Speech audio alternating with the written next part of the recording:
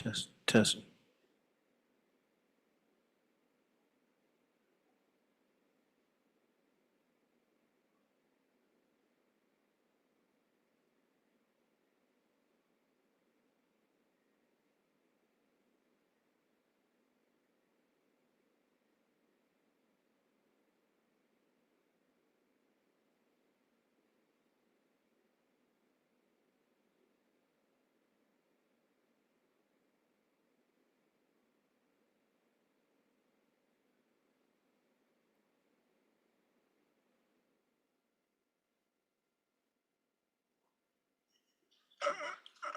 Good evening, everyone. This is our first budget workshop, and we have decided to allow Ms. Becky Turner to come forward and present the um, water and sewer rate study and the proposed prices for fiscal 27. I'll turn it over to Ms. Becky. Thank you, Dr. Phillips. Good evening, and thank you for allowing me to talk to you tonight. I want to introduce our system to you. I don't know if you're aware, but your county water system encompasses over 300 miles of water line, 2, 4, 6, 8, and 10-inch lines. We have over 5,300 meters in the ground and serving a population of over 14,000 people. We have 5 wells. We have 5 purchase systems. We have 13 tanks, 2 booster stations, and all of that to serve the citizens of the county. As we're looking at rates, we have to incorporate not only what we have, but with 5 purchase systems, we have to incorporate what it costs to purchase water and what it costs to sell wastewater.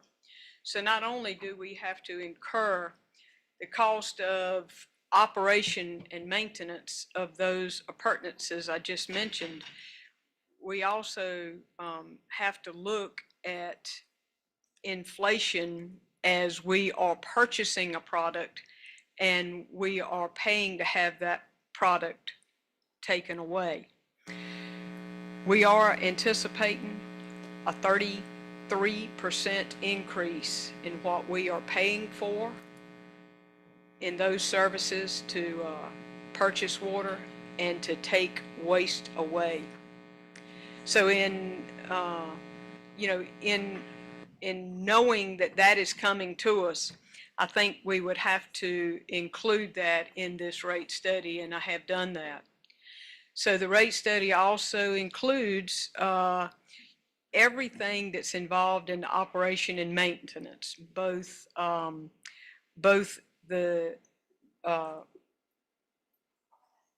those fixed assets and variable cost. So as we have looked at that, we see that we have not done our due diligence in the last few years with our water rate structure. You have to maintain a certain minimum in order to be eligible for grant funding and for certain loan availabilities with rural development or with USDA or with the Council of Government. And so all of those things have gone into this, looking at where we are, where we need to be, and where we anticipate being in the next 5 years. And so while we have been several years without an adequate rate study done, the last increase was done in an effort to comply with USDA to meet a minimum for a grant. And so that's not a rate study. That was done backwards. And so it did not take into account everything that has to be considered when doing a rate study. So this rate study shows us that we are not where we need to be. And so my projection, I think you have my proposed budget there in front of you. You should see before you what our current water bill is. And then the proposed bill is directly under that. And in the second block, you'll see what our current sewer rate is. And directly under that, you'll see what the proposed sewer rate is. And then the bottom block is for those customers who have water and sewer with us.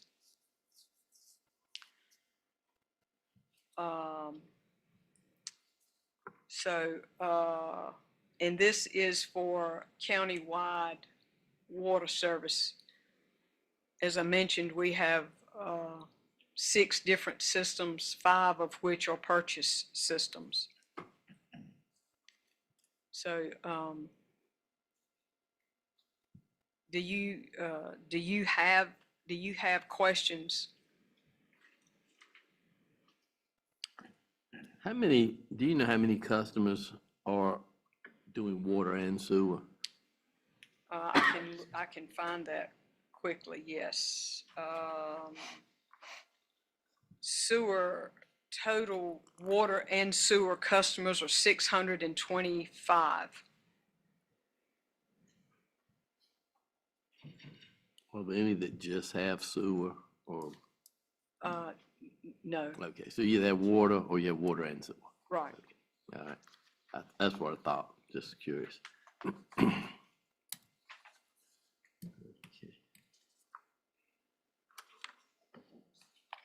Anyone else have any questions for Ms. Turner?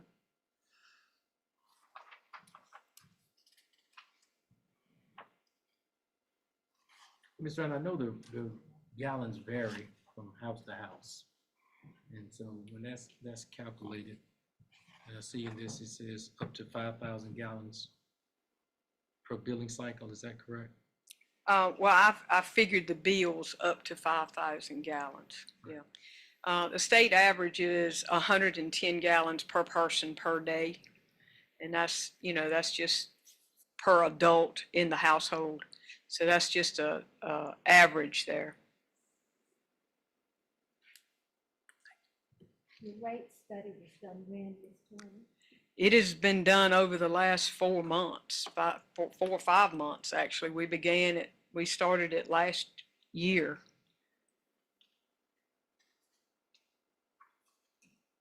How was that done by? Thank you. How was that done, Ms. Turner? By mail, or how was that done? Your rate study?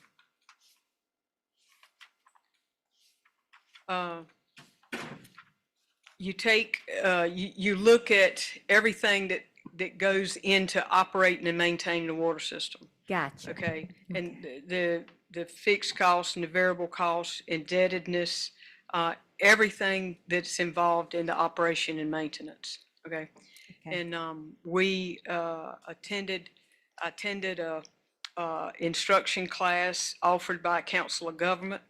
I have run these figures through state agencies to check behind and make sure that they are representative of what they need to represent.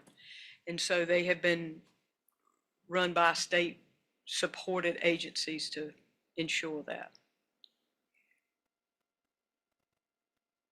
Ms. Turner, you feeling okay today? You don't look like you're feeling good today. Yeah, I think I'm good. Okay. I think I'm Okay, good. just checking. Yeah, it's not enough days in the weekend, Okay, okay? just checking on you. Hey, do we have to vote on this tonight? No, this is just. Just checking on you. believe Thank so. you. Thank you.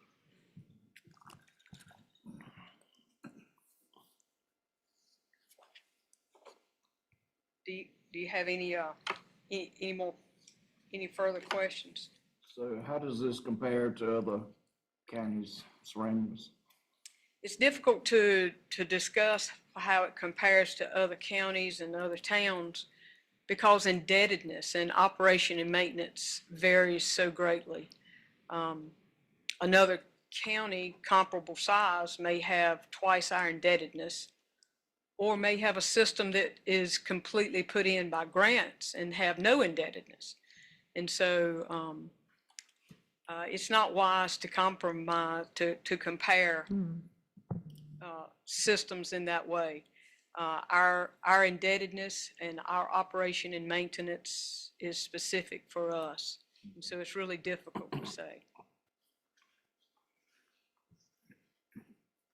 We are governed by the Council of Government and the League of Municipalities. And so, they give guidelines on what to do and so forth. And we have adhered to those guidelines that's been offered.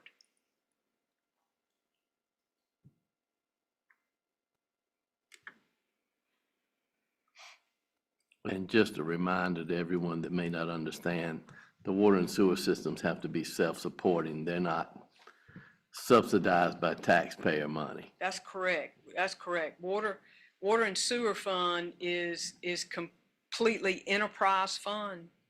And what that means is if it does not raise its own money, it don't get money. And then to fall into the opportunity to receive grant money or low interest loans, you have to meet a minimum threshold with USDA and to be eligible for those things. And that is a number that, not to say that they move the goalposts, but that number changes year to year. And I've never seen it go down. Never seen it go down. So, and we have received a lot of grant money. And we're very fortunate that we have done that. And we are seeking more grant money now for different projects. So.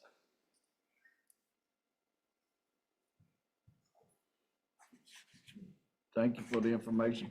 Thank you. Thank you. Thank you. Thank you for your time. Thank you, Dr. Phillips.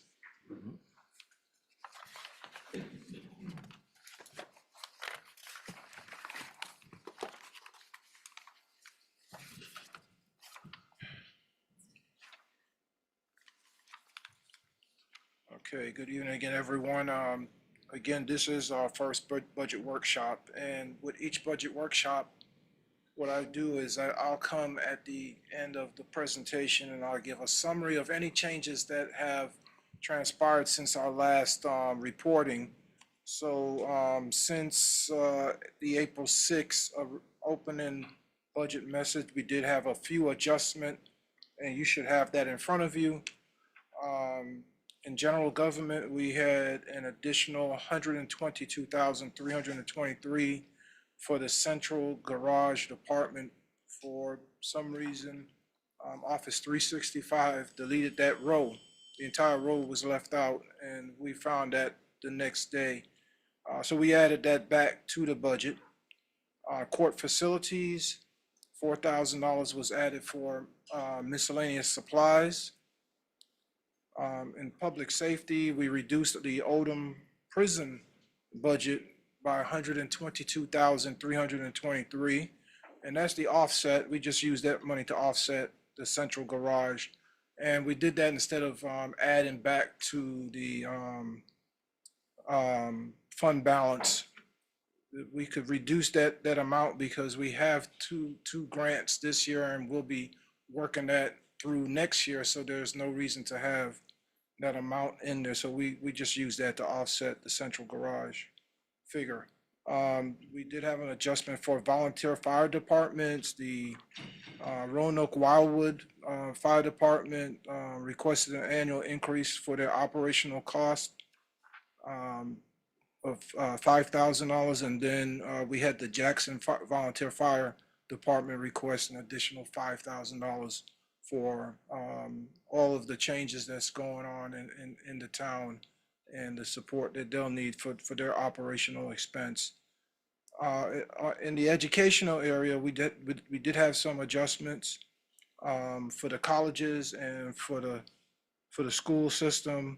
The chair, vice chair, and myself, we did meet with these entities and we discussed in detail, like we said we would, just to make sure that we have a thorough understanding of what they're requesting in their budget. And we did have a few minor adjustments for Halifax Community College. We increased their budget by 43,000. The adjustment was moving from a 17% enrollment to a 25% increase over the prior year. So that accounted for the 43,000. For Roanoke Chowan Community College, we increased it by 14,500. And again, same premises, just the current 2026 enrollment expected from 14% to 17%. And then for the school system, it was a simple reclassification of expenses. We moved 142,390 from their capital outlay to the operating expense line, and that helped to support their operational budget for the year. The net changes for all of these is 71,500.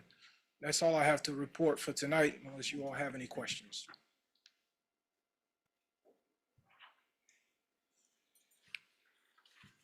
I don't, but I sat in on some of these sessions, so. Just for clarity, Anyway. Mr. Phillips, when you look at community colleges, we only have an early college at Halifax Community College, That's right. and we're supporting Roanoke Chowan specifically how? As it relates to the funding that they receive? Is it just in the andragogical model as it relates to the adults? Yes. Yes, that's how we're supporting them. And all of those numbers that you're seeing is directly related to Northampton County enrollees.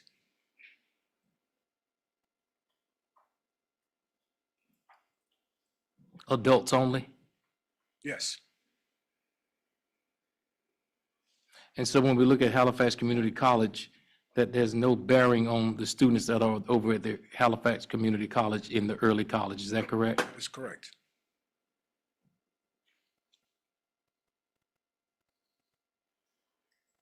I'm glad to see that we went up on our number with Halifax Community College, because I had questions about that. What made us go up? What were some of the factors that made us increase our number? Because I was concerned that we were lowballing them, because they're such an asset to us. It's the number of enrollees that they gave. The first set of data that they used included too many enrollees. They just focused on the adults. That's in that early college. So when you just focused in that area, it presents a different percentage. So because of that, the percentage went up. We increased their budget.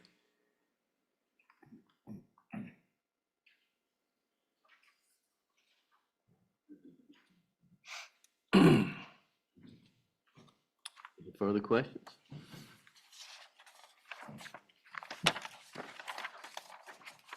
No, Mr. Chairman, not for me. Thank you.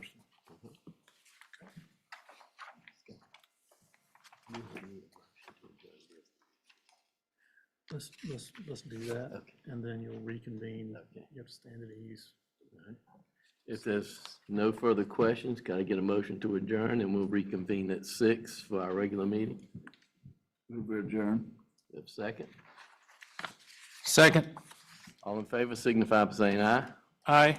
I, Broadnax Taylor. Aye. Motion carried. We will adjourn until 6 p.m.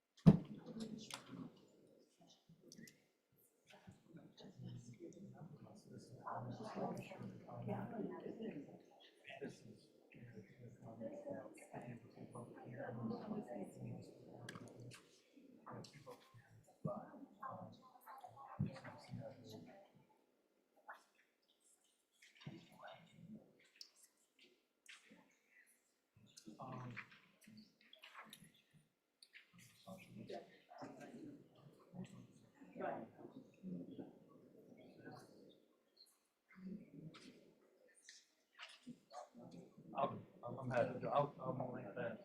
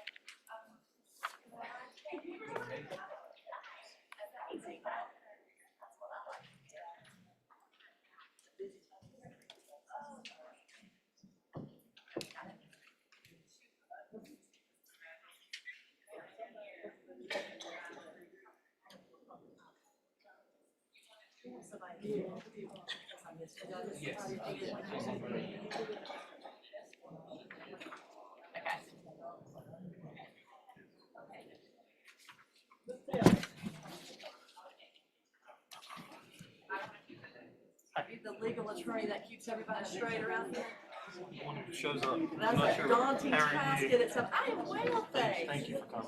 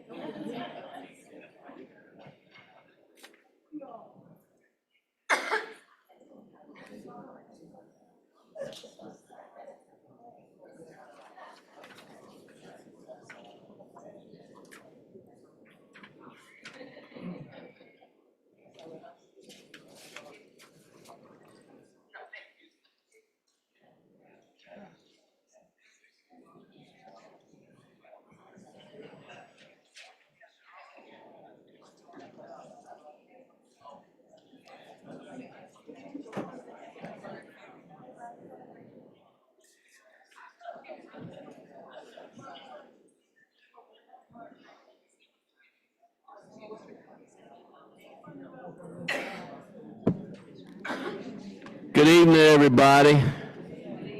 We're going to call our meeting to order. And we will begin with a moment of silence.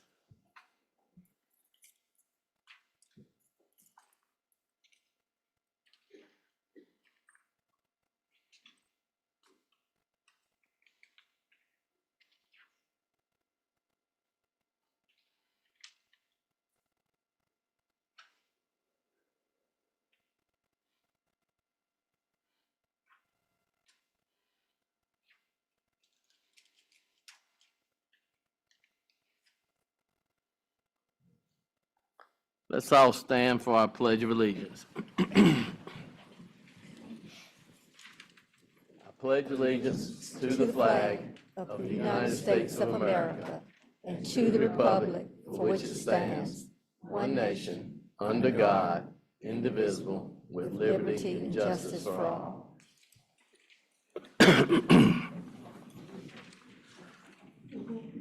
Okay, next item is approval of the agenda.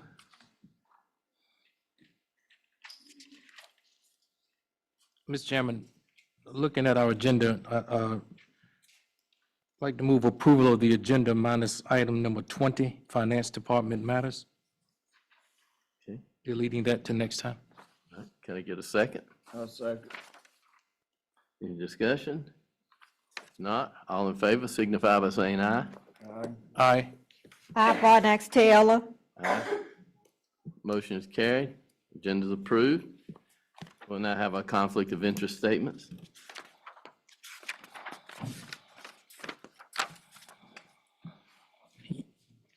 In accordance with the rules and procedures adopted by this board in section 153A-44 of the North Carolina General Statutes, it is the duty of every board member present to vote on all matters coming before the board unless there is a conflict of interest or is determined by the board or by law. Does any board member have a conflict of interest with respect to any agenda item coming before the board today? If so, please identify the conflict and the board will consider the matter. No conflict. No conflict, Mr. Chairman. No conflict, Barnax Taylor. No conflict. It will now move on to citizens' comments. Citizens, for those who have signed up to speak, when you're recognized, please approach the podium. Your comments will be limited to 5 minutes maximum. The chair will cut off all speakers exceeding their allotted time. If you have any questions of the board, you'll receive a response from the board or county staff. The board will not respond or otherwise engage in a dialogue with you during your allotted time. And pursuant to North Carolina law, this time is allotted on the agenda for public commentary on county business. This is not an open forum to be publicly critical of the performance of any county commissioner or county employee, and the chair will maintain the order and decorum of the meeting. Commissioners, I have 3 citizens who signed up, and just to remind all citizens, we have 2 public hearings on the agenda tonight. If it's your intention to speak at either public hearing, please sign up with Dr. Gatlin. She has sign-up sheets, but for this public commentary, this is for the general public comments like the board has at every meeting. Thank you. Commissioners, the first citizen is Ms. Angela Battle.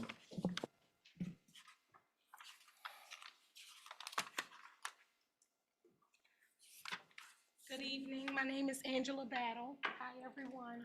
I'm a Good evening. visitor from Bertie County, but I'm here on behalf of Roanoke Cooperative and a group called Energy Savers. We are reaching out to our community members, and you guys are my local community members. We are trying to do our best to make sure you are aware of programs, thank you, programs that will help us save on our energy bills. Roanoke Cooperative, your utility provider, has a number of programs that I would love to come back and talk to you about. Please invite me to your churches, your women's groups, your men's groups. I have worked with Miss Purnell. I don't think we got the word out because we didn't see anybody in the library.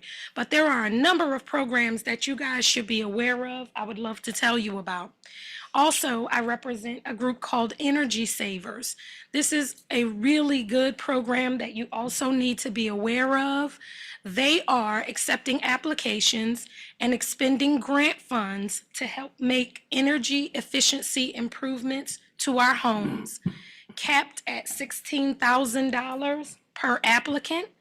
Those costs or those monies can be used to do all sorts of improvements, such as energy efficiency appliances, new HVAC systems, weatherization. Again, I'd love to share more, come back, talk to you about it in great detail. Northampton County is part of the region that I cover, so please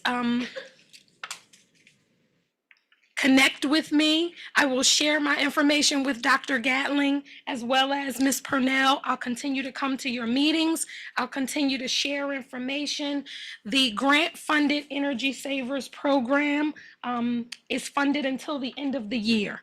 So we want to make sure that anybody who needs assistance with energy efficiency improvements in your home knows of the resources that are available. Thank you. Thank you for sharing that.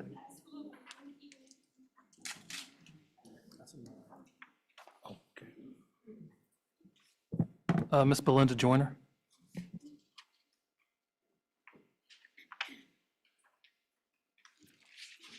Good evening to everybody. Good evening. Glad to see so many of you here this evening. At our last meeting, I asked a question about Linda, the new facility that's supposed to be coming to Northampton County. And my question was, what incentives were they given to come to the county? What benefits would they bring to the county? And the environmental harm that it would bring to the county. And I was told that, you know, when we asked a question like that, that we would get a response in the mail. And I haven't gotten a response, so I would like one. And also, we are gonna have another public hearing on the 18th about Oprah that I was told. My question, what is it? And how can we have a public hearing on something that we don't know what it is? I spoke to the economic developer and I asked him, would he have a community forum to explain to us what it is so that when we come in, we would know what we're talking about, but I've not gotten any response from that. So I would appreciate, you know, if we would, because, you know, you coming into a public hearing and not knowing what it's all about is a whole new ball game. So I would just like to know what it's about and why. You know, if we can't have a hearing, why is it that we can't know what it's about before the hearing comes? Did you mean Opal? I think you said O-P-A-L? Okay, I thought you said Oprah. No, Okay. O-P-A-L. That is Lindy. Excuse me? That is what the project is called. The Lindy company is called Project Opal. Well, then that needs to kind of be explained to us so that we would know Okay. that, you know, so in other words, we won't have to wonder if that's what it is, you know. I think it should have been said in the beginning, but thank you anyway, and I look forward to this hearing. And if I may interject, commissioners and citizens, the public hearing on Project Opal or Lindy is actually going to be held on June the 1st at that meeting for noticing purposes to make sure everybody receives enough notice. Okay, well, thank you. So it's June- not at on the the 18th, June it's the 1 21st? Board of Commissioners meeting. Yes, ma'am. Well, thank you. I appreciate that. Yes, ma'am. Ms. Sylvia Vincent?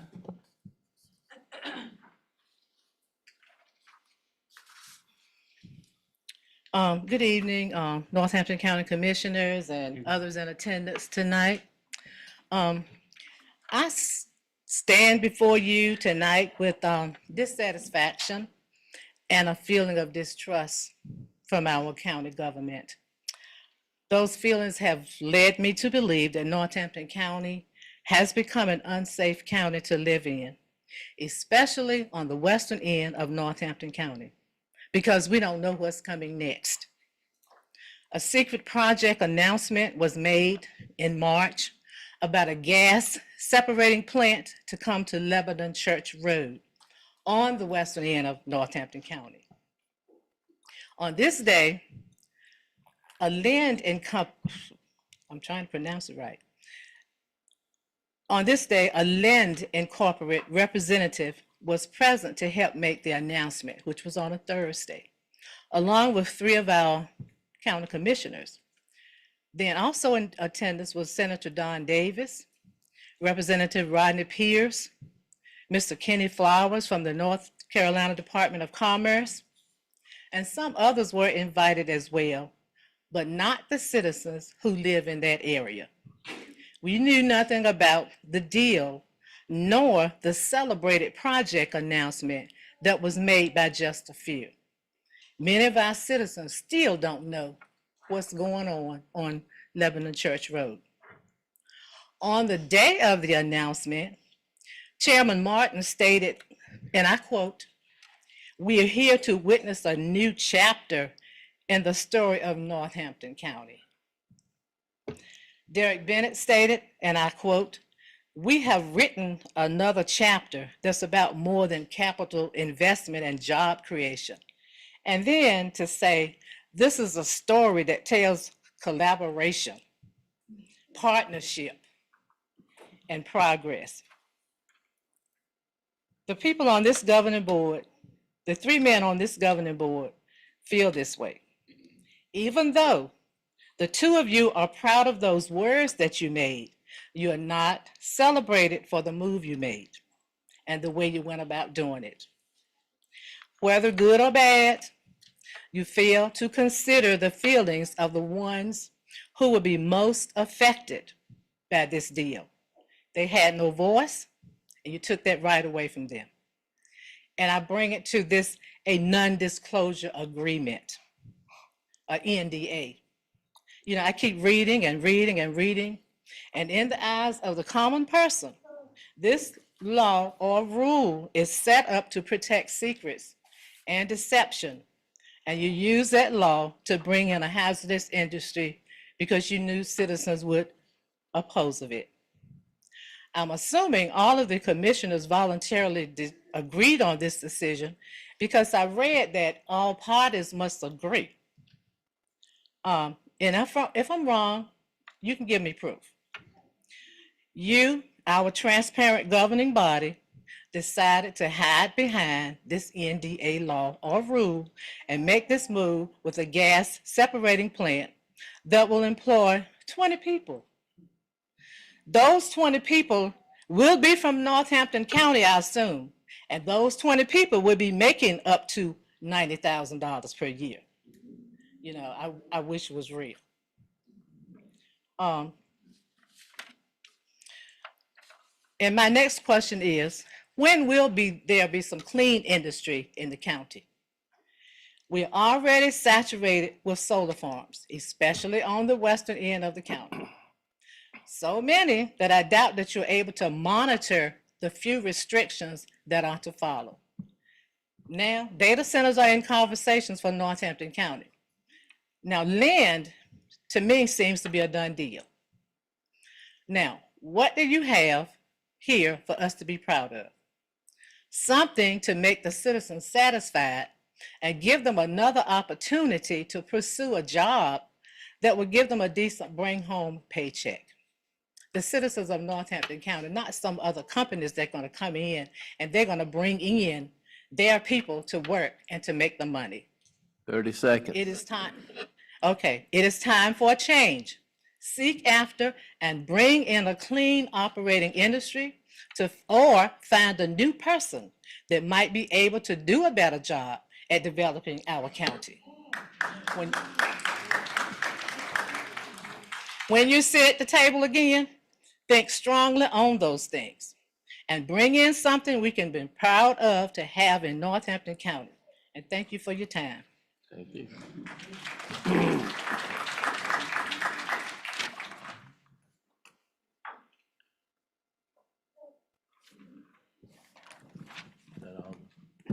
Yes, those are all. Okay. We now have a proclamation honoring Mr. Rook. All right. Thank you, Mr. Chairman. I'd like to stand for this. Good evening, everyone. I stand in honor of Mr. Marilyn Rook. Mr. Rook, would you please come forward, please?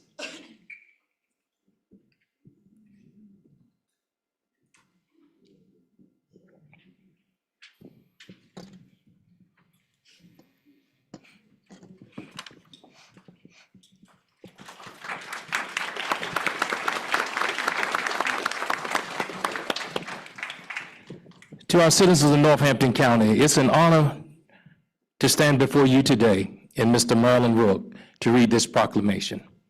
Northampton County Board of Commissioners proclamation recognizing the 101st birthday of Mr. Marilyn Rook.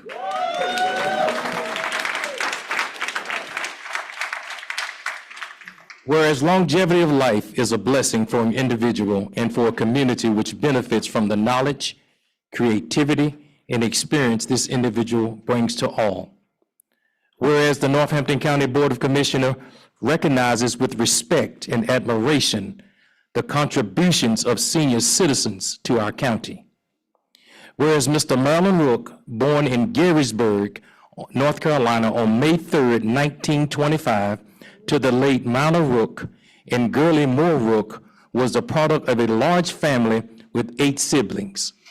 Bailey Rook, Ned Rook, Alice Rook, Joe Nathan Rook, Jesse Rook, Maggie Rook Harding, Mary Rook, and Susie Rook Long. Whereas Mr. Rook was married for 77 years to his beloved wife, Laura Bradley Rook, who recently passed away on January 13th, 2026.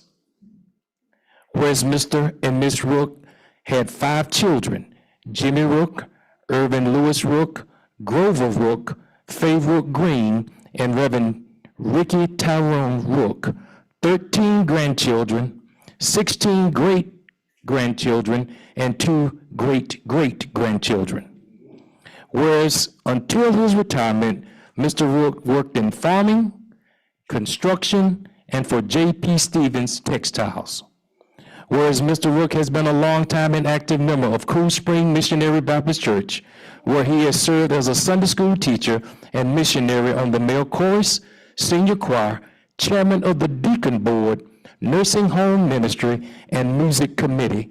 We respectfully honor Mr. Marilyn Rook with this proclamation on this day. Mr. Rook, we honor you. Thank you for your talent to this county. With much respect, sir.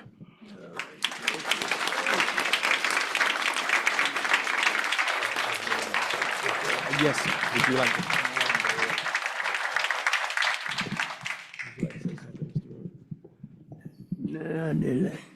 I would just like to say thank you all for honoring me at this time. I've come from a long way, but I'm thankful unto the Lord that I'm still here. Yep.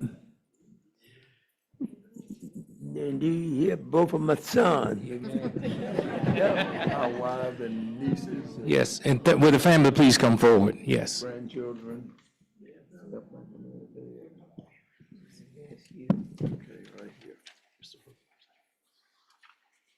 Thank you all for being here.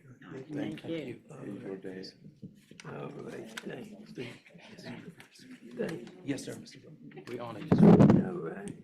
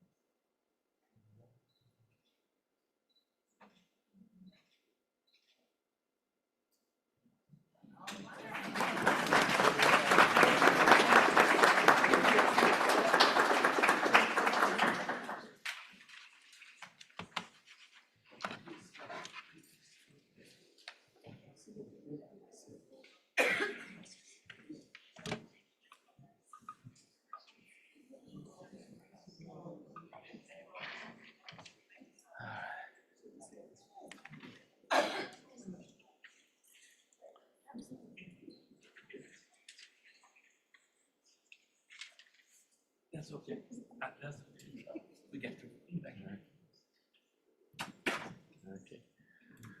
All right, could I get a motion to approve that proclamation? Move we approve. Second. All right, all in favor signify by saying aye. Aye. I, Broadnax Taylor. Aye, motion is carried, proclamation is approved. And now we have another proclamation for First Baptist Church of Severn.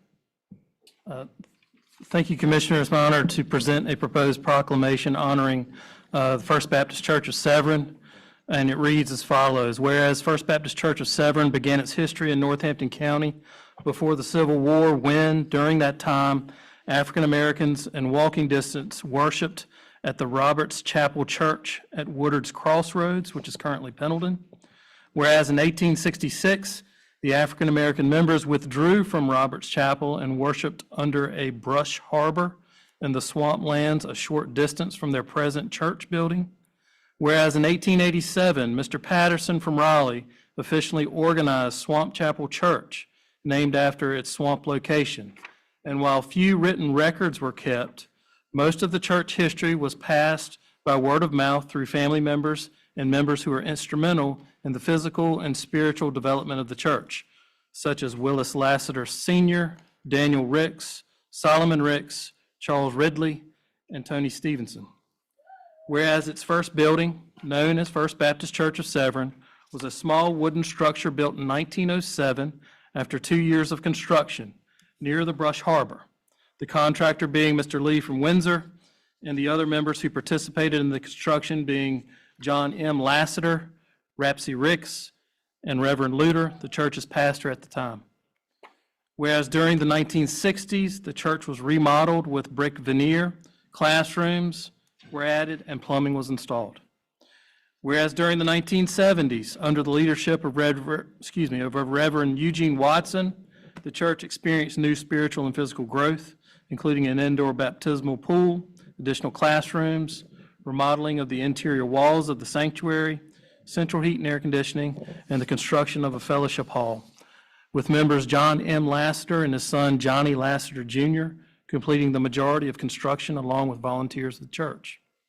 Whereas in 1992, Reverend Elijah Barnes accepted the challenge of presiding over First Baptist Church, where, under his leadership, the church has maintained in growth in membership, participation, and youth involvement. Whereas, like most churches, the church faced new challenges during the COVID-19 pandemic, and with grace and fortitude, the church made the shift from in-person worship to parking lot services to online worship. Whereas with what began as an emergency response to immediate challenges caused by the pandemic, the congregation has transformed into a resilient, adaptive church with a renewed mindset toward religious practices and creativity. And whereas, despite the challenges of today's society, the church has demonstrated exceptional adaptability and community commitment to honoring and serving the Lord that has persisted for 160 years from its founding in 1866 to today. Now therefore be it proclaimed that the Northampton County Board of Commissioners hereby recognizes and honors First Baptist Church of Severn as it celebrates its 160th anniversary and expresses its best wishes to the church and its congregation in achieving this milestone, this the 4th day of May, 2026. Okay. Can I get a motion to approve this proclamation? Move we approve. Do I have a second? Second. Oh, All in favor signify by saying aye. Aye. aye. Aye. All right. Any opposed? Motion is carried. Okay, now we will go out of our regular session into the public hearing for the data center moratorium.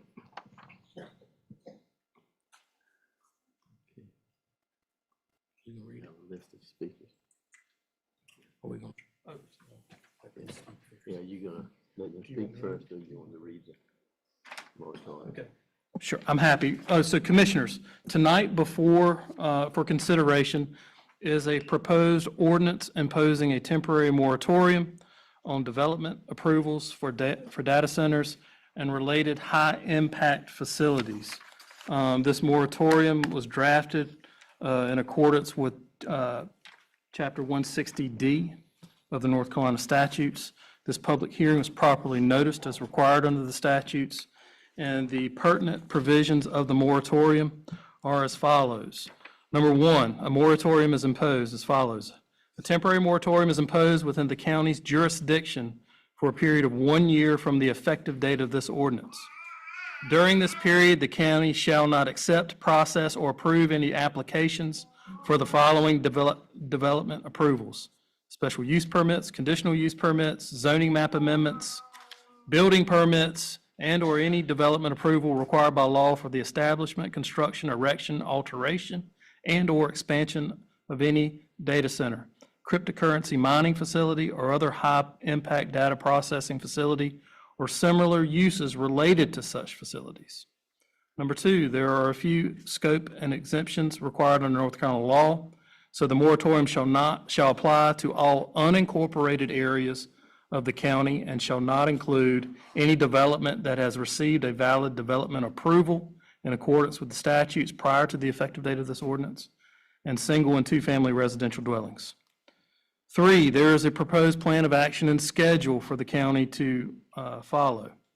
And it reads as follows. During the effective period of the moratorium and this ordinance, the board, county staff, and the Northampton County Planning Board shall take the following actions. Step one, study the potential impacts, energy, water, noise, land use of data centers and similar facilities. Step two, draft specific land use ordinance amendments and performance standards to regulate these facilities, including appropriate zoning districts, setback requirements, noise limitations, and utility capacity conditions. Step three, hold public workshops and planning board meetings to review the draft amendments and gather input. Step four, the planning board will provide a recommendation to the board, with the board thereafter to hold the necessary public hearing to consider and potentially adopt final zoning ordinance amendments. And finally, the duration and termination of this ordinance, it shall be in full force and effect from today, May 4th, 2026, through and including May 4th, 2027, unless earlier terminated, extended, or modified by the board in accordance with North Carolina law. I'm happy to answer any questions, and my further point I will add, this proposed moratorium, it is essentially verbatim of the moratoriums that were previously adopted by Gates County, North Carolina, and just last week by Orange County, North Carolina. I'm happy to answer any questions about the substance of the ordinance. Attorney McHale, I guess my question is, I think the moratorium is very well written, but I guess in reading the moratorium over and over again during the weekend, I came up with the question, who will be supervising the moratorium? It has these steps that the board will do this, the planning board will do that. Who will supervise that this gets done? Because we did not do due diligence when we had the solar farm moratorium in place. We didn't do the folk right then. So we had a bunch of words on paper, a moratorium, and folk were doing solar farms, building so much stuff up there on the lake. They didn't pay any attention to the moratorium that we had then. So I want to know, before we leave here with the people in place, who's going to be in charge of making sure that this is implemented? Because I don't want any gray areas. I want to know who's going to make sure this gets done, because we didn't do a good job with making sure the other moratorium got implemented and facilitated, and we didn't do the due diligence that we were supposed to do. So I just want to make sure I'm clear before we leave here tonight, sir. That's all I want to know. I think there's a misunderstanding about the last moratorium. Make me clear, please. Okay, as it says right in here, if something was already permitted, the moratorium doesn't affect it, which there are no data centers permitted. That's why they continued to build the solar farms that were already under permit. You can't stop something that's already been permitted. Yes, sir, but we still had a moratorium that we did not do. Nobody supervised anything, Chairman. We didn't have any supervision. We still had a bunch of writing on paper. Nobody supervised anything. I want to know before we leave here for our citizens, who's going to make sure, I want to know, who's going to do the plan, who's going to make sure this is implemented? Are we going to put some committees in place to planning make sure board- this is going to be done? I just want to know what we going to do to make sure that the citizens, we going to do due diligence by folk before we leave here. Are we going to put some committees in place? The to make planning sure- board. The planning board? Planning board's in charge of coming up with the zoning regulations and so forth. Who is the planning board? Well, Okay. I just want to make sure I'm clear. Okay. I think we need some clarity. I just want to make sure the citizens are clear before they leave here tonight. I think you make an excellent point. Oh, and to that point, I was going to say, when you look at who Commissioner Brown Kelly should be some of us on these committees that you're speaking of, especially as it affecting the 5th District largely. Absolutely. Is it affecting the 5th District largely? And definitely would like to be on, and Mr. McAllister, where's Jason? Right. When we look at this ordinance, we look at this moratorium, look at definitely forming committees that we can say, and I heard some key terms as citizens spoke about forums, about what's going on, the progress of it, because again, we're in certain cycles where we look at information needs to be directly delivered in a forum platform. So if we can look at scheduling those to keep citizens informed, just like, so when we look at where we are when it comes to the different components of where we are with the attorney, and as it looks to these environmental issues, we need to keep them definitely informed, Mr. McAllister. So forming the committees, absolutely. Volunteer to be on the committees, and just, we need to get them formed ASAP. And secondly, I think there ought to be a web page designed on our website, keeping our citizens up to date on the progress of these data centers, any research, whatever needs to be done, so our citizens will be informed on what we're doing. The planning board, so they'll have up-to-date information, so we'll be transparent in what we're doing as a board regarding these data centers. So there's transparency and everybody has an understanding. okay. So nobody's in the dark. And just want to remind everybody, all the planning board meetings are public meetings, open to the public, so. Just want to understand it. So before you leave tonight, are you saying that we will be appointed to the planning board? Some of us concerned citizens, this is Lance Wilson Jackson, North Carolina. The planning board you talking about, That's an already existing board. will we, as citizens, be able to participate in this board? Everyone is open to come to their meetings and voice your concerns and comments. It's all public meetings. But you said public meeting, we talking about a board, we talking about people that represent you all. You talking about a committee, Ms. Wilkins? Okay, maybe we'll need to get back with you when we're going to develop that committee. Okay, Ms. Wilkins? We'll have to Because get a back to committee you on that. needs to be formed. Needs to be formed, Ms. Wilkins. Thank you for that. All right. Hey, good evening. I just wanted to kind of Good chime in a little bit. So the planning board meetings are the second Wednesday of every month. There will not be one this month. We have one member that is out on month-long vacation and one is at home dealing with a sick one. So the next meeting will be in June. They're all, the notices are going to be sent out a little bit differently, so it'll be a little bit more transparent. We're trying to have the agenda put out a month ahead of time. The data center will be on every agenda. We do have a planning board in place, but if there's anybody interested in joining the planning board, we could look at possibly going that route.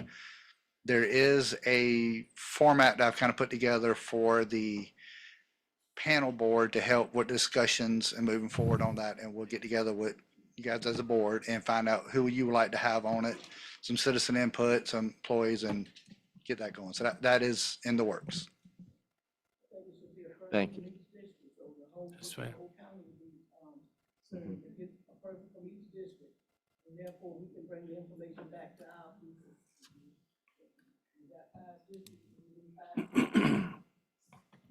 And I don't have an issue with that. We'll put that on the report to send to the board. Second Wednesday of every month. Yes, sir. And they're What at 6 time? o'clock. 6. 6 o'clock. Okay. They Location. are in the, I don't know the name of the building, the same building the health department's in where the commissioner's building used to be. Yes. The JW Facing building in the old commissioner's meeting room. Okay. In the old commissioner's room? Yes, sir. Okay. 6 o'clock. Okay. Quick question. Are we putting together, is it a committee in addition to the planning board committee? Because what I want to ensure is that with the citizens that will be serving on that committee, we want to make sure that their voices are heard and making sure that whatever their input is valued. To put another committee together, I guess, in silo from the planning board committee, if it's not going to have an impact, I'm just trying to understand what's going to be the impact of this new committee.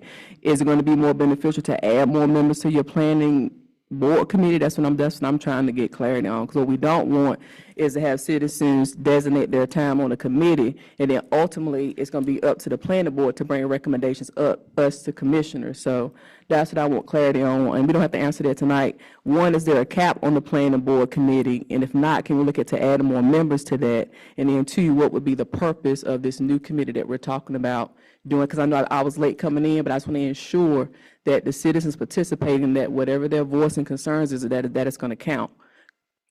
So during my research with this, I reached out to numerous other jurisdictions, and what they have done is created a community board, which is made up of a couple commissioners, citizens in the county, their city manager, county manager, whatever, just to have communication to kind of help present information to the planning board. So it was just a little bit more transparency. So it's not affecting the planning board, it's an addition to the planning board, because you have more people doing research, more people giving data, more people giving their input on it. Because a lot of people may not be able to make it to that meeting, but like Ms. Joyner said, you'd have a representative from each district that can get information at their own social meetings and so forth. And that's what several of them have been doing. So it's just something trying to get a little bit more transparency and get more information out from the citizens.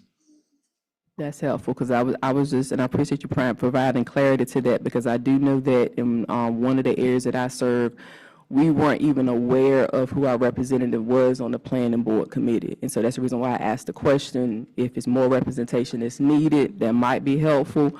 But if you guys feel like this other committee is going to be able to serve the purpose that you feel the citizens are asking for, then I'm all for it. But what I am expressing is that there are times where there are members that are serving on this planning board and they're not getting information back to the districts that they serve, and myself included. So I'm just speaking from a place of truth and transparency. So whatever we put together, I just want to make sure that it's having purpose and an impact, and I appreciate you sharing that. And it sounds like that committee would, but I just want to make sure, ensure that we are, getting the input that we need to move forward. And I would absolutely accept applications to become members of the planning board, because I think we are going to have some changeover soon just because of the health issues that are going on and some other issues. So that is something that the commissioners have to look at as well, but we can start accepting applications for that if anybody's interested. Okay. All right. Thank you. Do y'all have any more questions for me before we get public hearing going? Cool. Thank you, guys. Oh, thank you. All right. We ready for people? Okay, Commissioners, I have 3 citizens who've signed up to speak and offer public comments. Forgive me if I mispronounce this. Casey Moravec.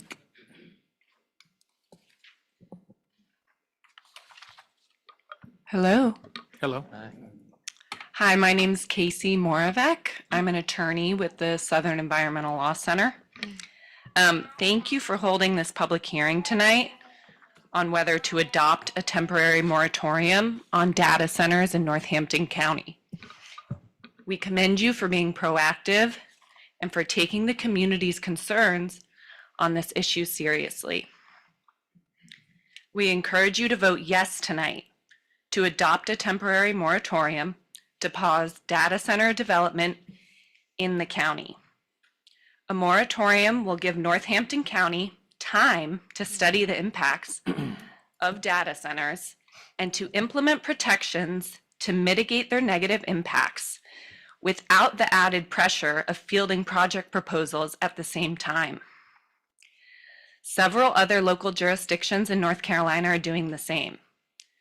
Northampton County's current zoning ordinance does not contemplate data centers, so you will need this time to make changes to ensure that they are permitted in a way that is fair, that is transparent, and that aligns with community values.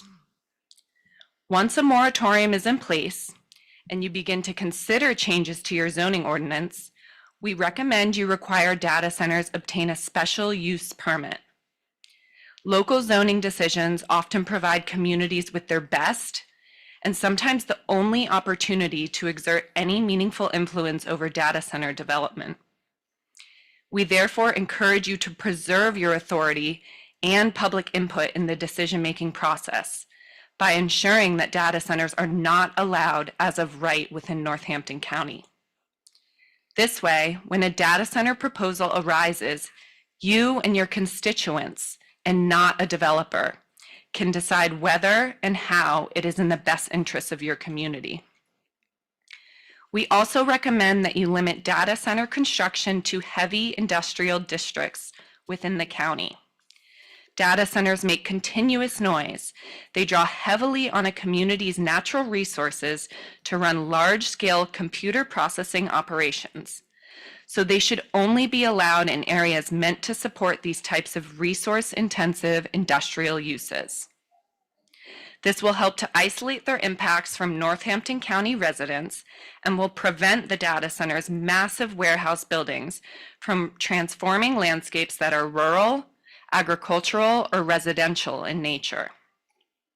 Finally, we recommend that you adopt a robust set of data center-specific zoning regulations.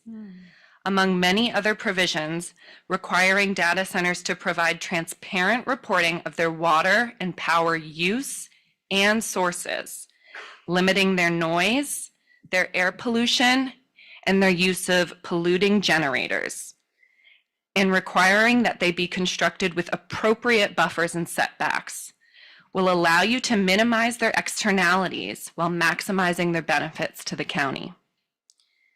Thank you for considering these recommendations tonight.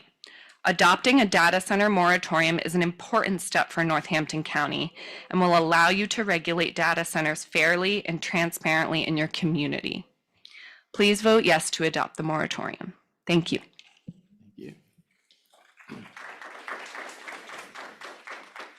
Belinda Joyner.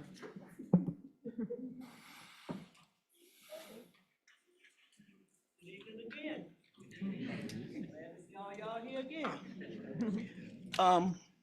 I came before you all last month to ask for a moratorium on a data center. And I asked for a 32-month moratorium because I don't see anything that's gonna change from year to year as far as the data center is concerned. I mean, what can they do different that they're already not doing now? And from listening to the attorney, you all have already decided that it's just gonna be a year moratorium, am I right? Am I right? No, that was what was proposed to us. Excuse me? Didn't you read that it would be a year moratorium? And so my thing is. That's what was read, Ms. Joyner. I thought that's what was read. I ain't That's what was crazy, read. you know, I Yeah, can't hear. I just want to make sure, Yeah. say what, yes, sir. So my thing is, if you have, and I read it before I got here, I just want you to know, I've already read, I went through the notes. So my thing is, why are you saying you're having a public hearing when you already made your decision? So what we say doesn't make any difference. It don't make any difference, but I have some signatures here. I have over 300 signatures, and everybody that's on this, please stand up. If you sign this signature, please stand up. You got some more? Okay, we'll get them. But let me tell y'all something. Don't let this be the last meeting, because you see what's going on. And every time you miss a meeting, there's gonna be something different. So that, you know, they're supposed to be working for us. We pay them. We're tax-paying citizens.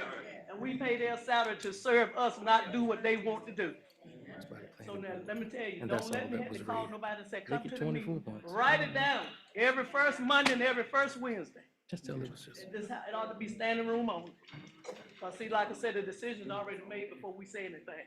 So I'm gonna give you all these, cause I have copies in case y'all lose them. This is 300 and some signatures, so it's time out. Time for a new day, y'all.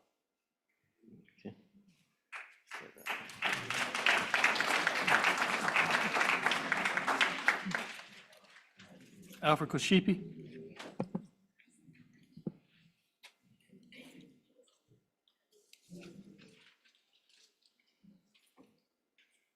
Good evening, everyone. Good evening. Board of Commissioners, I urge you to approve the draft of the moratorium, data center moratorium in your board book at tab 6. At least 13 other North Carolina counties and municipalities, including even nearby Gates County, have already enacted data center moratoriums. These moratoriums pause and prevent approval and location of data centers in their jurisdictions, protecting their citizens while the officials study the complex facilities and the potential impact on their residents and communities, and give time for them to create adequate ordinances to regulate data center developments. Don't we deserve that same protection? While Northampton County studies the data center issue. During the moratorium, we hope that you feel that it's important to actually accept and consider citizen input on data centers. We, the citizens and residents, will regularly provide such input during the moratorium in written communication and public comments as we continue to research this issue, as Ms. Joyner just mentioned. We're going to show up, and we'll also be researching, Googling, and using search engines and bringing information to you. And we ask that you actually consider it, not just listen to it and put it to the side, but actually consider that. If a data center ordinance is ultimately your choice, please ensure that it is strong with provisions that will protect our citizens and county. This seemed like a new ideal I heard this evening when I was hearing about citizens being involved. But the planning board, and this is why people have problems with transparency. The planning board on March 11 approved a motion for a committee to be created to assist in the development of data center ordinance. There are some people in this room knew about that, but no one said anything about that. The discussion during that planning board meeting, because I was there, was that the committee would include county citizens. Surprise, surprise. The discussion was that they would consider county citizens sitting on that committee. The committee has not been created. Now this committee, this was at the March 11 meeting. I came back on the April 18 meeting. The committee had not been created, but the planning board director and one of the planning board members had already created draft ordinances, data center ordinances. These draft ordinances are not strong on protections for our county and are favorable toward the data center developers. The noise levels are just below the harmful limit and are still harmful because data centers produce noise 24/7. They cause health issues because it doesn't have to be up at the limit, but because it's continuous. Folks hear it all the time, every day. The drafts allow for a limitless number of data centers as long as they're separated by more than a quarter mile. Now, 1/4 mile is virtually nothing for facilities of this scale. This allows for a cluster of centers that can collectively overwhelm a single substation or aquifer. Similarly, one of the drafts allows multiple data centers on the same parcel of land, which are data center campuses, a multiplication of the harms or impact. The draft, one of the drafts that I read, provided for a community benefits committee that does not include citizens, only county officials. Why is there zero citizen representation on this committee? There should be a seat for a representative from the impacted communities and funding for a technical expert who doesn't work for the county on these community benefits committees. And Commissioner Broadnax Taylor, after, I believe you had mentioned during the data center discussion, I'm sorry, the solar farm discussion, that we need to have citizens. I just thought it would automatically be included, but it was not. Only county officials. By the time a county applies for a special use permit, they usually been talking to the economic development director for months.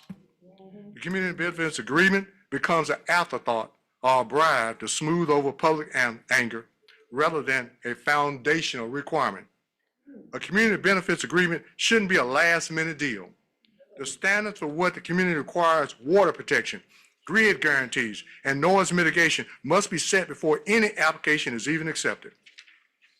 In one of the drafts, or both of them, there's no specified means to control cost shifting to ratepayers for utility and water infrastructure. They said cost should not be shifted, but there's no mechanism for doing that, for assessing that.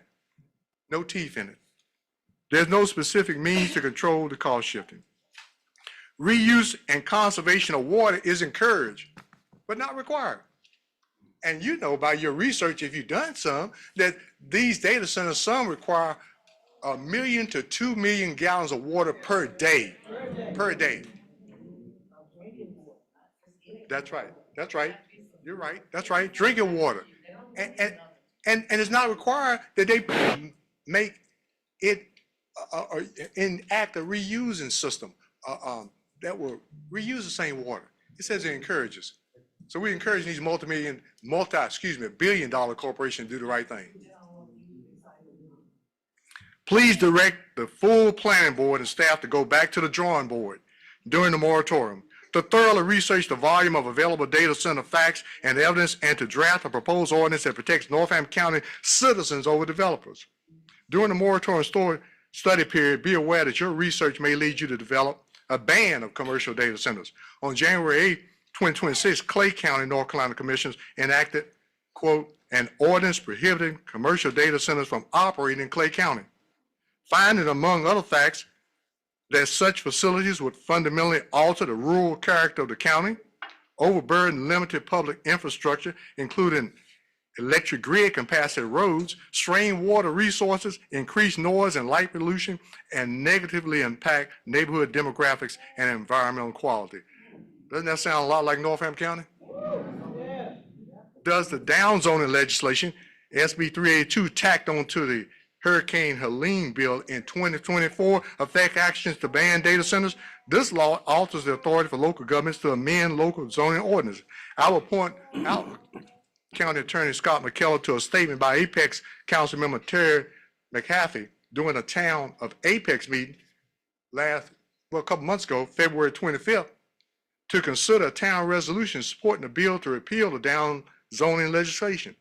McHaffey said it's really important to get a zoning regulation done before the first use comes in, because the down zoning law gives property owners a veto power over any changes that will be considered a down zone. This supports the need for an immediate moratorium. On January 25th, 2025, House Bill 24 was filed and had over 30 sponsors across party lines. This bill will repeal the previously enacted down zoning law. Please urge our legislative delegation to support the repeal. In closing, I'm asking you to be transparent in this process, to approve the moratorium, and at the end, to do what is right in protecting our county for our citizens and residents, especially for our children and grandchildren. You heard mine already. Are you committed to doing that? Your affirmative vote this evening will be the first step demonstrating your commitment on this issue. Thank you very much.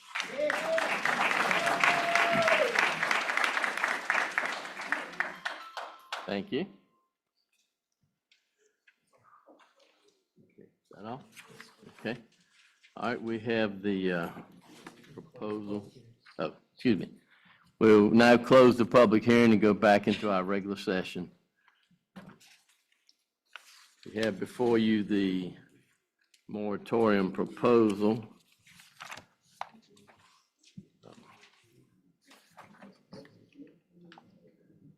And which, by the way, I had already recommended a total recycling requirement, Judge Quashipi.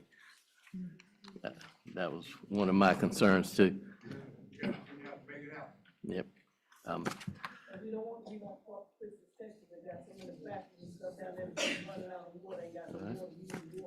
right, do we have a? Do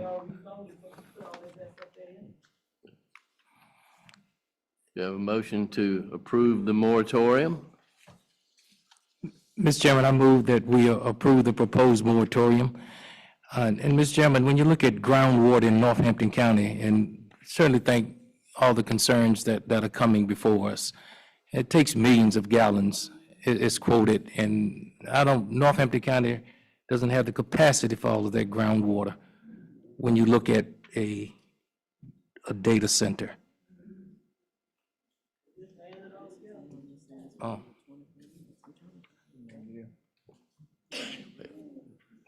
12 is what they requested from the planning board. That's why it says 12. Yeah. Well, we can always extend it.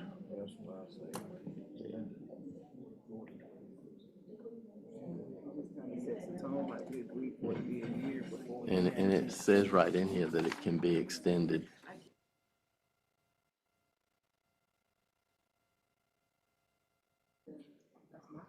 Well.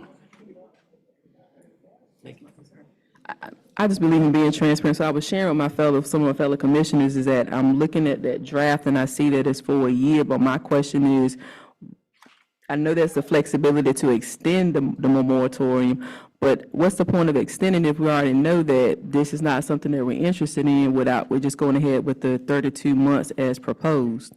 That's what my concern and discussion is. I don't see the point in agreeing to a year, then we got to go back and extend. Let's just go ahead and take care of business on the front end and show citizens that we, are listening to what they're saying.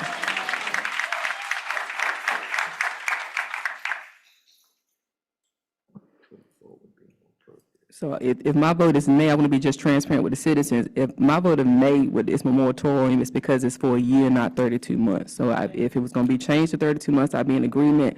But I just don't believe in making something a short-term thing, and we got to come back and keep extending. I just believe in just sticking to your word and just saying, listening to our citizens. And from what I'm hearing at the surface, we've had committees where our stakeholders weren't at the table. We dropped the ball with that. We can't continue to do that. If we said we're going to include citizens, we have to include them.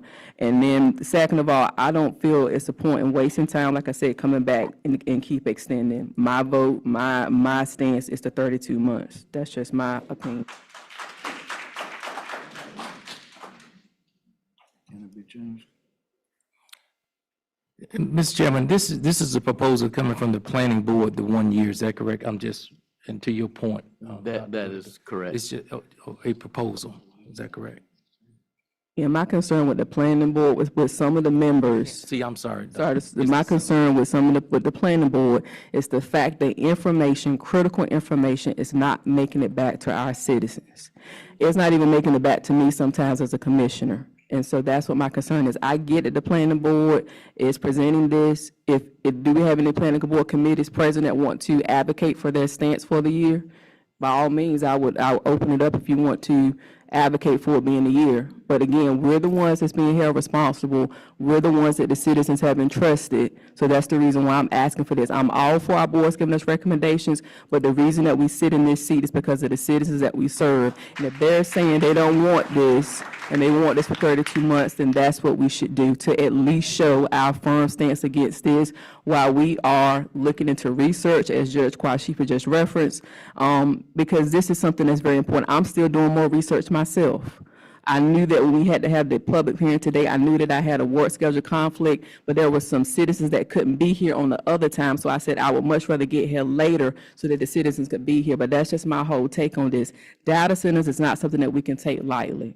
And we have dropped the ball with certain types of industry coming into this county and citizens not being treated fairly. And I've looked at it from all different angles, and that's just my stance on this. If the planning and the zoning committee or whomever want to advocate for this, and they need to assume some accountability. It's not fair for us as commissioners to always have to endure the backlash of the decisions that that board makes when they don't come to the meetings.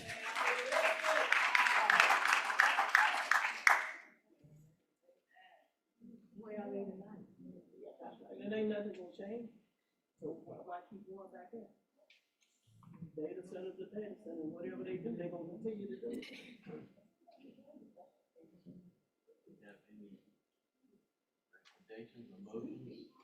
There's a motion on the floor.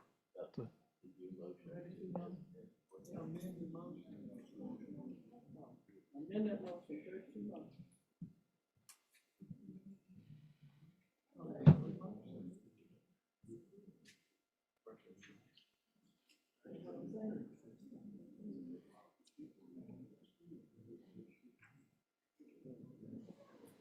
The proposed motion right now is 12. That's the motion on the floor. And when we're looking at any further guidance, as this is a proposal, then the motion on the floor is for 12. And so, Mr. Chairman, absolutely, we understand that. Which one do we?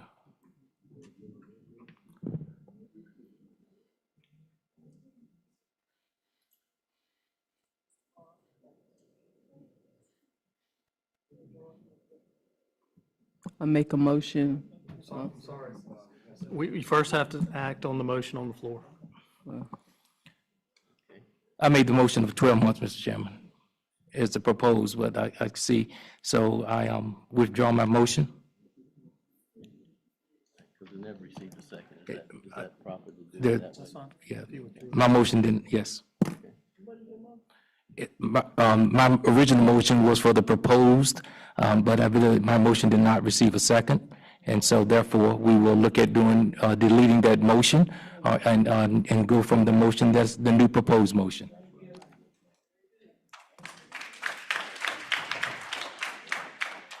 I'd like to make a motion for the moratorium to be in place for 32 months. Do we have a second? Do we have a second? No second? I'll second. Okay. Do we have any discussion? And during this time, we will look at the components that were brought up about a committee, so that we can have that established, and I did hear a person from each district.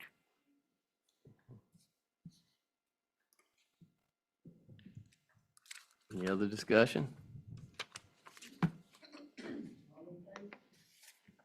right. Not, all in favor signify by saying aye.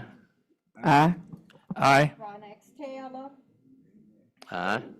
Okay, motion is carried. 32-month moratorium.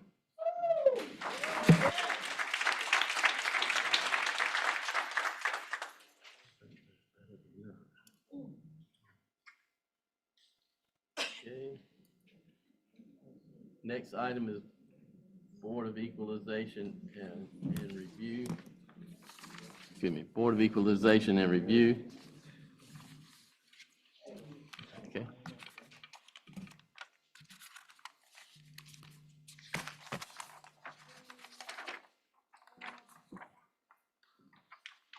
Yeah, do you see the sort of sub-agenda?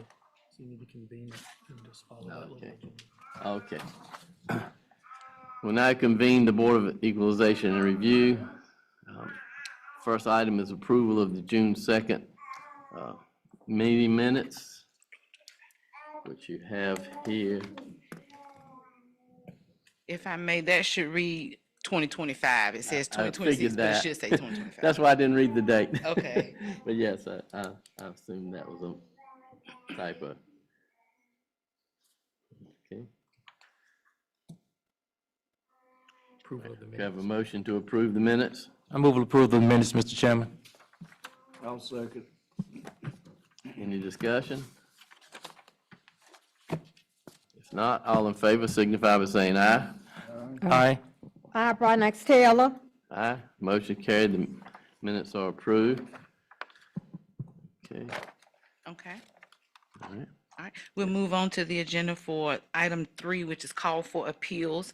So at this time, I will call for appeals. We wish to open the board for receiving written appeals at this time. We request that all appeals be presented in writing to Jamie B. Mason Williams, Clerk to the Board of Equalization and Review, and mailed to the Northampton County Tax Department at P.O. Box 637, Jackson, North Carolina 27845. It must be postmarked by 5 p.m. May the 18th, 2026. That is the end of it for this. Okay. Does anyone have any questions? If not, we will recess until May 18th. Thank you, sir. Thank you. Okay, now we will reconvene our regular commissioners meeting and property tax presentation.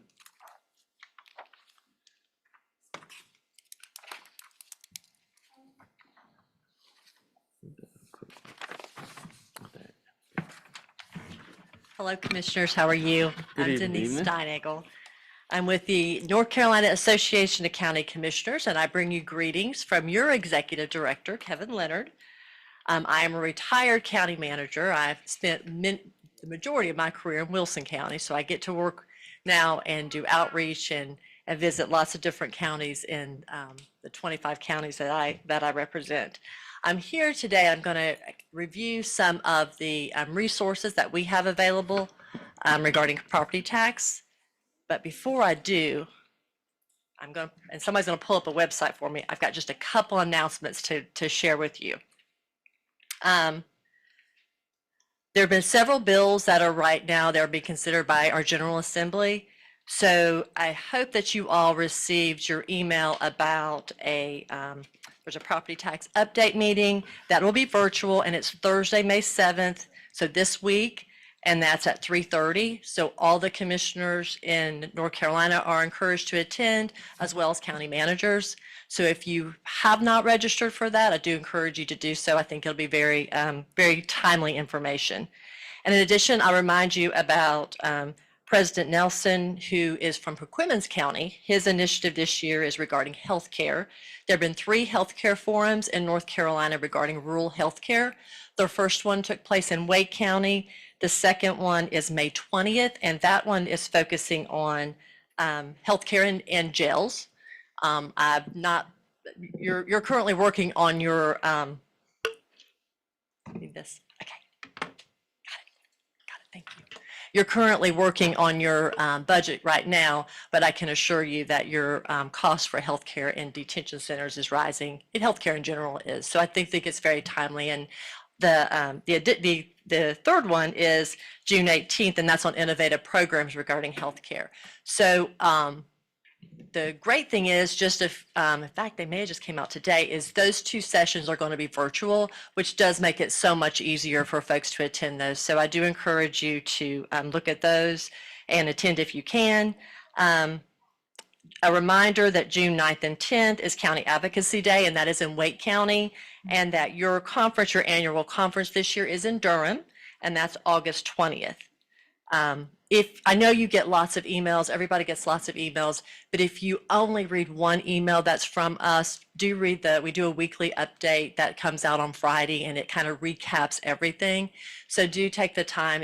There's things that I mentioned just now, and then a review about the bills that are being considered. And so do take the time to look at that. If you don't read any of the other ones, I know you get bazillions of them, but do take that one. I think you'll find that very informative. I put 2 sheets at your spaces today. One is kind of just a data sheet on Northampton County. I've also left some additional copies for your county manager. All of that data comes out of our county map book. We do this every year. Anybody that went to the annual conference got this 2025 one. So that's where all this data comes from. And if you question the data that's in this map book, every sheet on there will tell you specifically cite where the data comes from. So if you want to go even deeper and look at the data, you can. We'll put the new one out in 2026. So when you go to your conference in August, you'll have new data. This is from last year. But I just like to always share that with you. I think that's just a timely information for you to look at. And in addition to that, I did put a property tax sheet there as well, which I'm going to try to figure out how I can get online. I don't think this mouse is working. Oh, here we go. Here we go. Here we go. Here we go. Maybe it is. It's the operator, not the, as it usually is with technology. Okay. So this website is available for all of you. And there's just some really, because there's so much discussion right now regarding property tax, we put a lot of really good information. So in lieu of me just creating slides for you, I'm just going to show you directly where all this information is. I hope all of you have taken the time to look at our website. There's lots of information out there on that, but today we're going to just talk about property tax information and resources. So we've put out, our executive director, Kevin Leonard's put out some really good kind of social media videos that they're less than, I think they're like 3, I think that, you know, information says if a video is more than like 4 minutes, people are bored and they scroll on to the next one. So they're like between 3 and 4 minutes. So very informative. Take some time if you wish to take a look at those. And then many of our counties have also used some of those videos and then shared them out on their social media platforms. So I don't know if that's something that you all do or not, but we won't go through that today. But I do encourage you to take a look at those videos. You'll see some information on our website that talks about kind of what's been going on in property tax and where some of the conversations have come from. So you'll see that. You'll see some information regarding the proposed property tax reform recommendations that started out with the Senate, and the House are looking some different things with that. There is a property tax moratorium that's being considered. The Senate's taken a lot of time on that, so there's some more information on that. Lots of different information is on this side. Reappraisals, you guys did that a couple of years ago. Roles, there's a pretty good presentation that was presented to the House Select Committee. That's an overview of kind of what counties do and what municipalities do, and it was really good information, so that might be something to look at. But what we're going to spend time with today is Property Tax 101, if I can get this to open.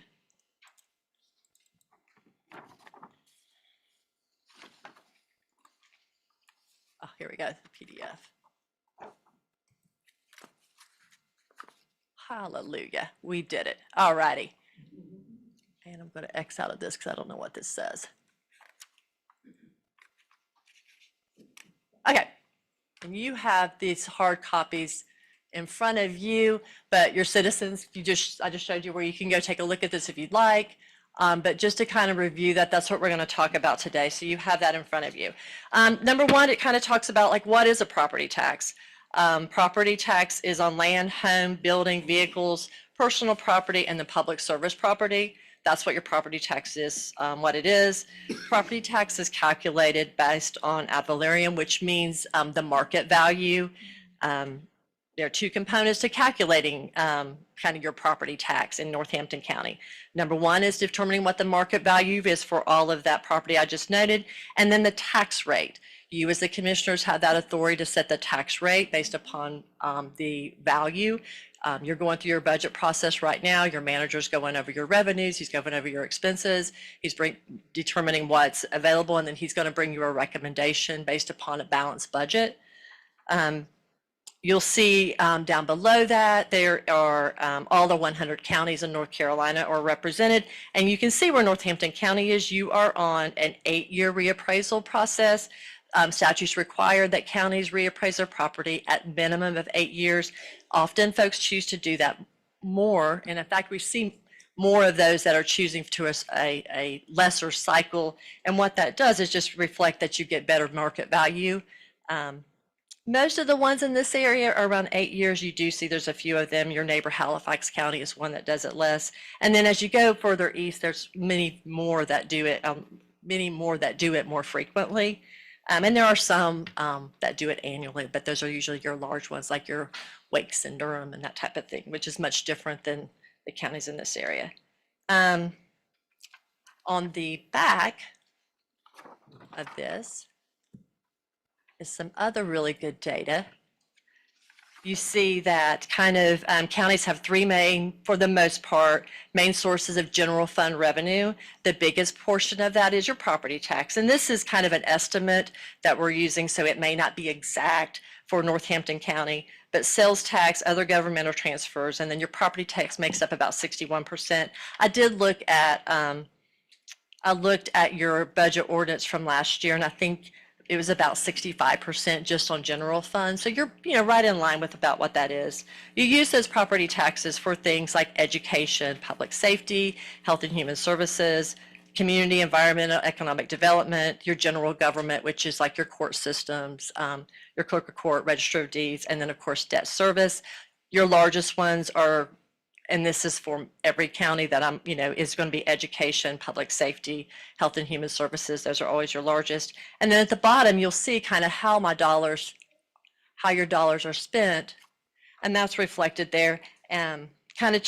Again, education usually is the largest, public safety. And these are pretty close. I did look at yours. I think this says public safety usually makes up about 25% on average for counties. I think yours is a little bit higher than that when I looked at your budget ordinance from last year. And then also your health and human service, or your DSS and health department and allocations for behavioral health kind of services. And yours is a little bit higher than that. I think it's about 21%. But for the most part, you're pretty much in line with, give or take, 1% of what these kind of what we see within North Carolina. So that's just kind of a general overview. I think it's really good information just to kind of as an overview about what your property tax is and what it's used for. Is there any questions that I can provide for you? I know you all have a busy, full agenda, but I am here. I left my card with all of you. That is my job, is to be a resource for the counties of which I work with. I'm available. You have phenomenal staff that are available as well. But if there's anything that I can do, or your association, you are a member of the association. It is your association. It is the North Carolina Association of County Commissioners. And if there's anything that I can do that would bring value to you, please let me know. I'm just down the road in Wilson, so not very far at all. And I thank you. Deb, Yes, I sir. do have a question. Thank you. And thank you for this valuable information. The rural healthcare initiatives that are out there now, serving for 8 years now, this is something that's been on our radar screen a long time. And I liken and don't want to liken it to fiber optic internet. 26 years later, we're finally getting some fiber optic internet here in Northampton County. And we're thankful for getting it, but the longevity, the space is just so long. So those visions of bringing a rural healthcare center like an ECU Health to Northampton County, where there's healthcare beyond 5 o'clock, is still on our radar screen. And any way that you can tap us into those components to get pertinent information in even a more timely manner would be greatly appreciated. Because as you know, with fiber optic internet, now citizens can do telemedicine now, and it cuts down on trips to the doctor services. And so we're looking for those same type of services, as you know, here in rural Northampton County. Yeah, I'm really excited for the session on innovative programs. And I'm also extremely delighted that Chairman Nelson, or your President Nelson, who's chairman of the Perquimans County Board of Commissioners, that he chose to make this his initiative, because it is a very important topic, particularly for many of our counties in northeastern North Carolina and some in the southern part. Mine are, the northeastern is kind of my folks that I focus on, but many of them have the very similar struggles as Northampton County. So I'm really proud that it's an initiative that we're talking about this year. Yes. And I'm really delighted. I think it's very timely. Thank you. My pleasure. Thank you for allowing me to be here. It's wonderful to see you. Thank you. Okay, the next item is reappointment to Halifax Community College Board for Lily Purnell.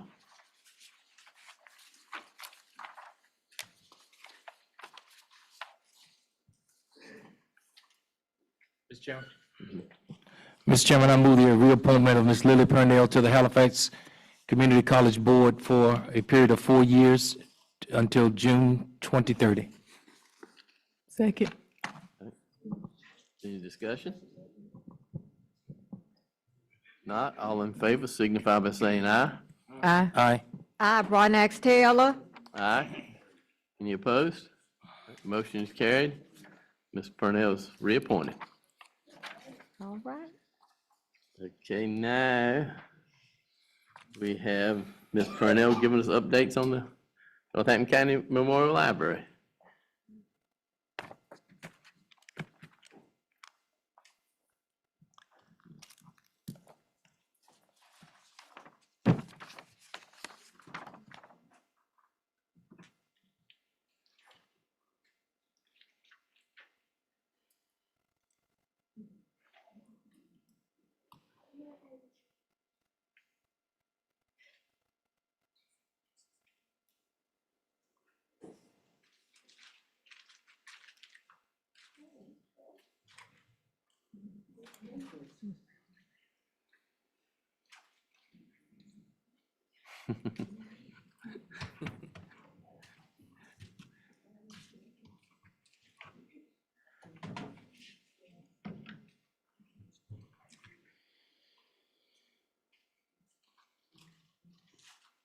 Good afternoon. Good afternoon. I bring you greetings from Northampton Memorial Library.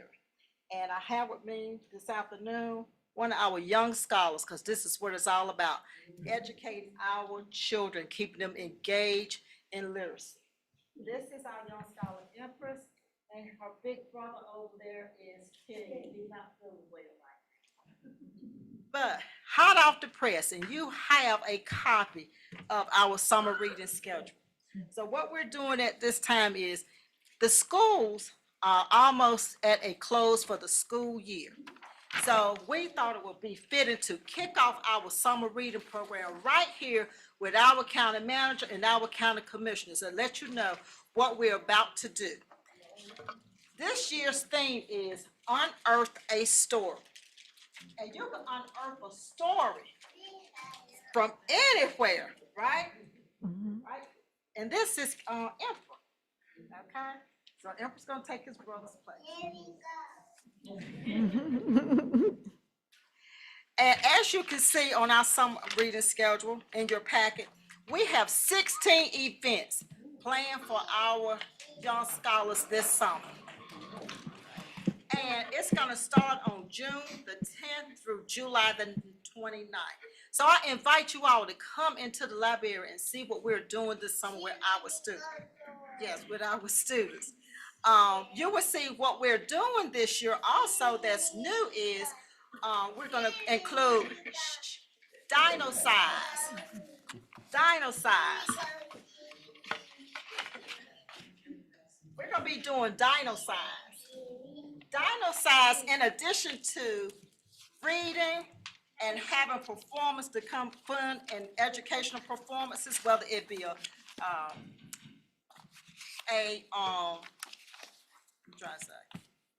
magic show or just storytelling.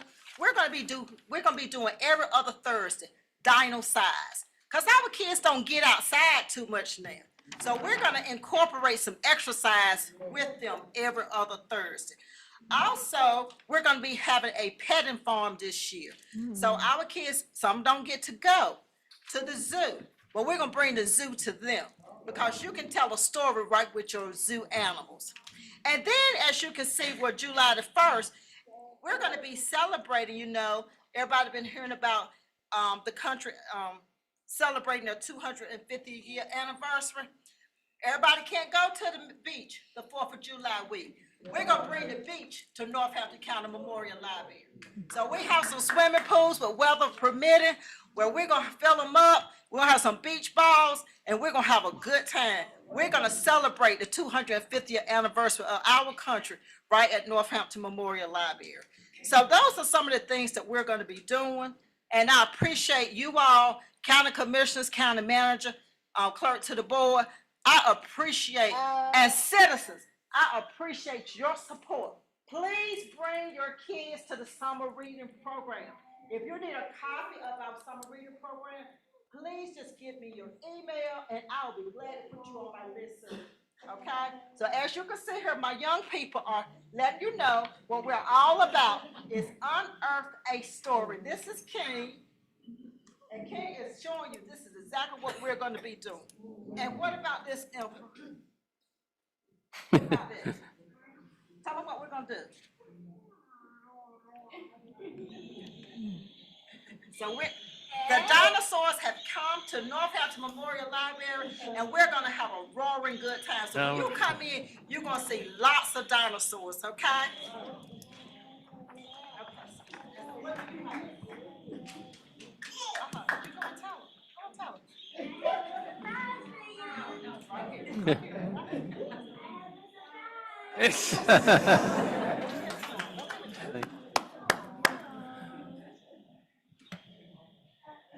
Thank you. Give everybody one. You give everybody a book. Oh, it's got candy in it too. Did you get it? We need one more right here. See, this is what we want our children to do. We want to get our children involved because it's not about us. It's about our children. So you start them off when they're this age All right here. Thank you. Do you get one? Thank you. Thank you. So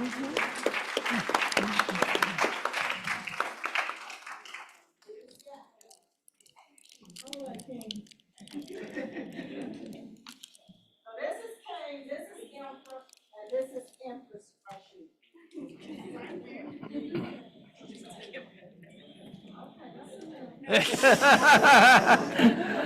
I don't think his basket's big enough. He gonna run out.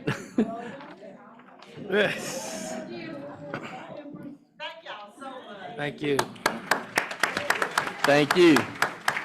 Sounds like you got a lot of fun stuff going on. I was involved with Commissioner Smart, meeting, last week. Awesome job. Please, keep me informed and please keep me involved. I truly enjoyed it. I got all hyped up about it. Thank you. Put that up there, son.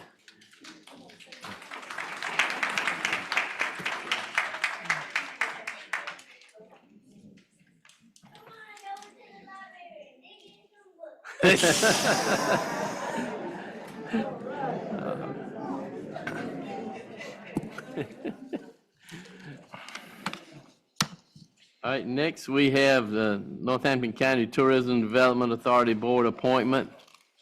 Do we have anyone here to represent that? All right, well, I will do that then. Okay.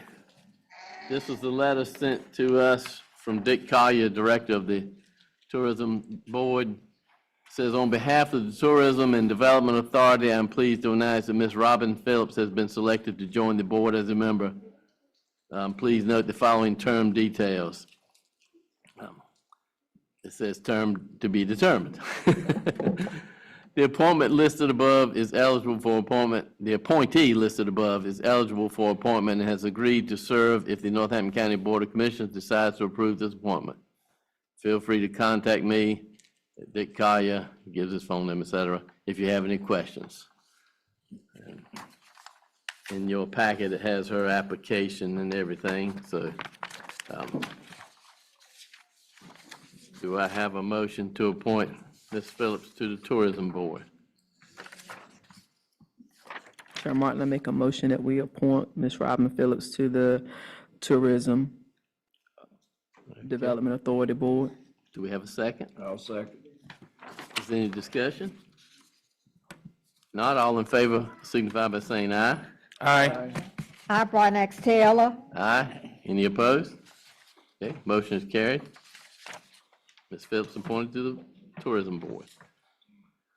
All right, next item is proclamation for clerks to the Board of County Commissioners. Dr. Keidra Whitaker will present.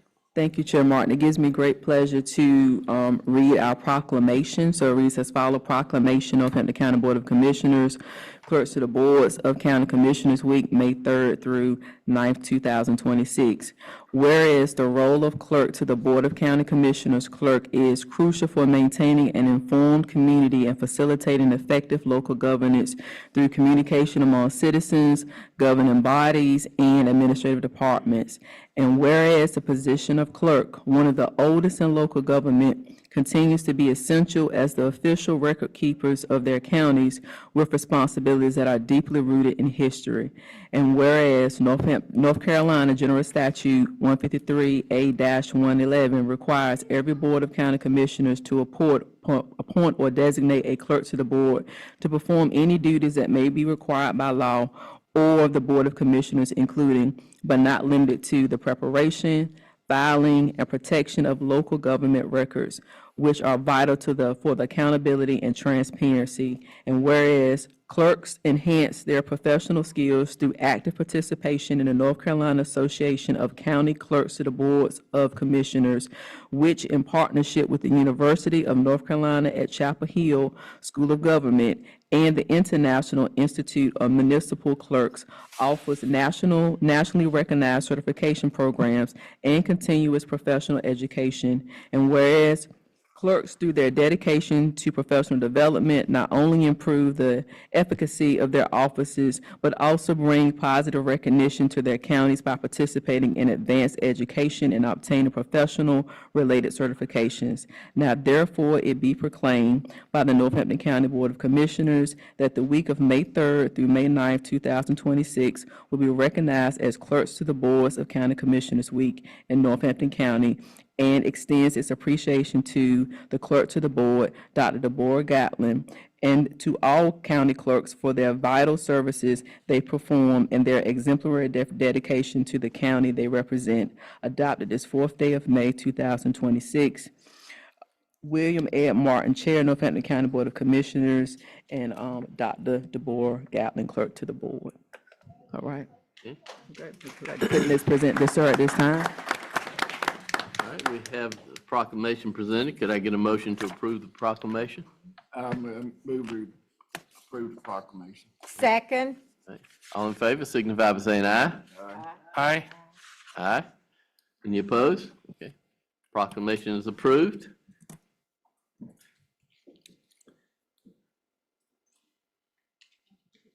Okay, let's go down and get a picture with Ms. Gatlin. Oh, boy.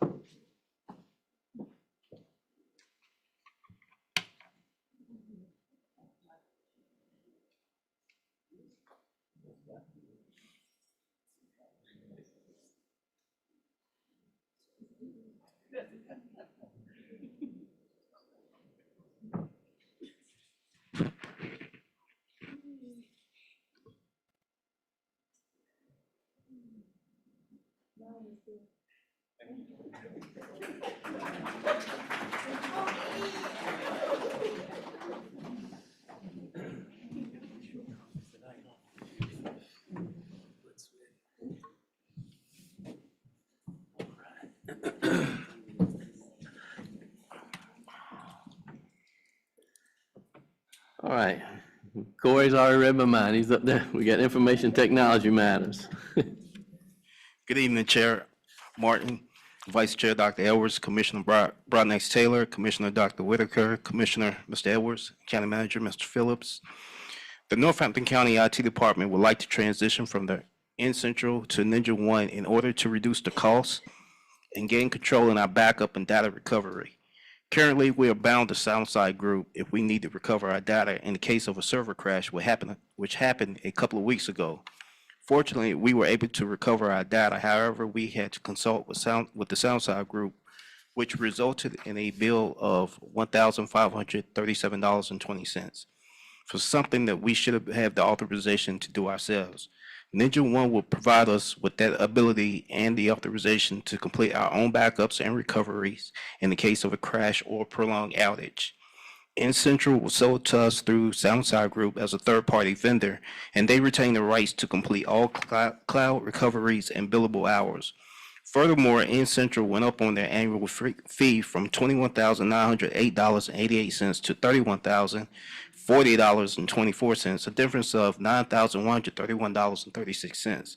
While we were able to get a quote for Ninja One for $20,000 for a 15-month contract, 2 months free, which will fall on the next fiscal year, and we will have and we have requested those funds in our 26-27 budget request. So we are requesting the board to allow us to transition from N Central to Ninja One based on those reasons. Thank you. Are there any questions?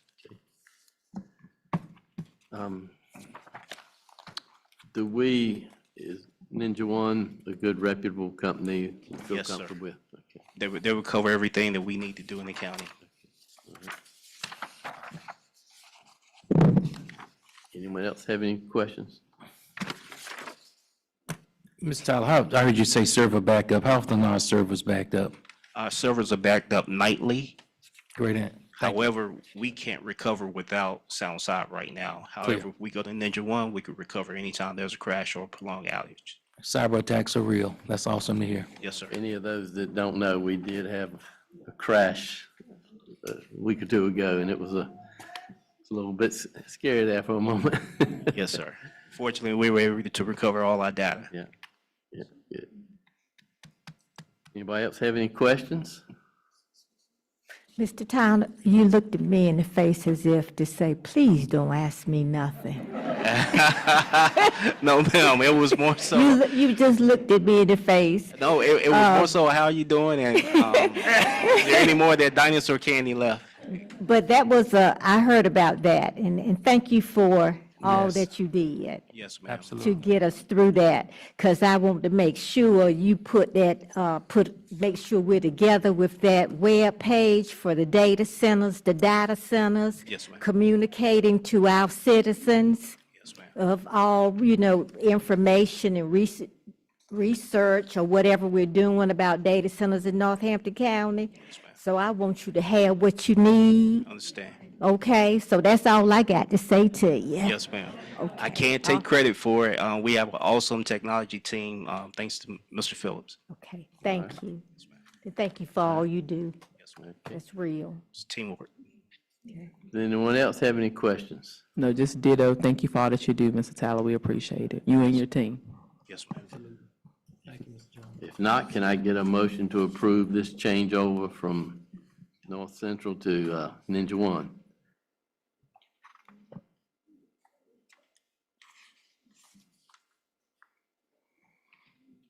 So move. Second? Yeah. All right, Absolutely. all right, any discussion? I was reading. Sorry, Mr. Chairman. If not, all in favor signify by saying aye. Aye. I, Brian X. Taylor. Aye. Any opposed? No opposed? Motion is carried. Thank you, Corey. Thank you.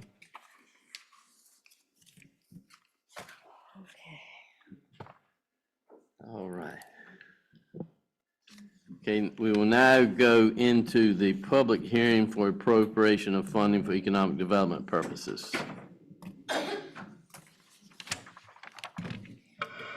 Before we enter into public comments, I wanted to provide an overview of what the proposal entails. So Northampton County is currently proposing to expand its footprint of the Northampton County Commerce Park. The Commerce Park, as you guys know, is located on Lebanon Church Road in Gettysburg and serves as our primary industrial park. This is not our only area for development. This is the only area that is owned by the county. The proposed acquisition would expand the park from 305 acres to 385 acres. So this is an 80-acre acquisition. In your package, you'll find the option to purchase agreement. The purchase price for the 80-acre parcel is $380,000 per acre. The land is currently being used for agricultural production. Not per acre. I'm sorry, $380,000 total. Total. The land is currently being used for agricultural production, which is right across the street from the Commerce Park. This option is a 12-month option that has an option fee of $19,000. That $19,000 option fee is a credit if the county decided to exercise that option. The funding source for this would be the Northampton County General Fund. The due diligence period in the beginning is 90 days. Once that due diligence period begins, which allows us enough time to do our preliminary review, then the $19,000 becomes non-refundable, which is then applied to a credit should the option be exercised. Any questions? The purpose of this, as you all know, is for future development as we continue to aggressively pursue capital investment and job creation, we must have the land to provide to companies.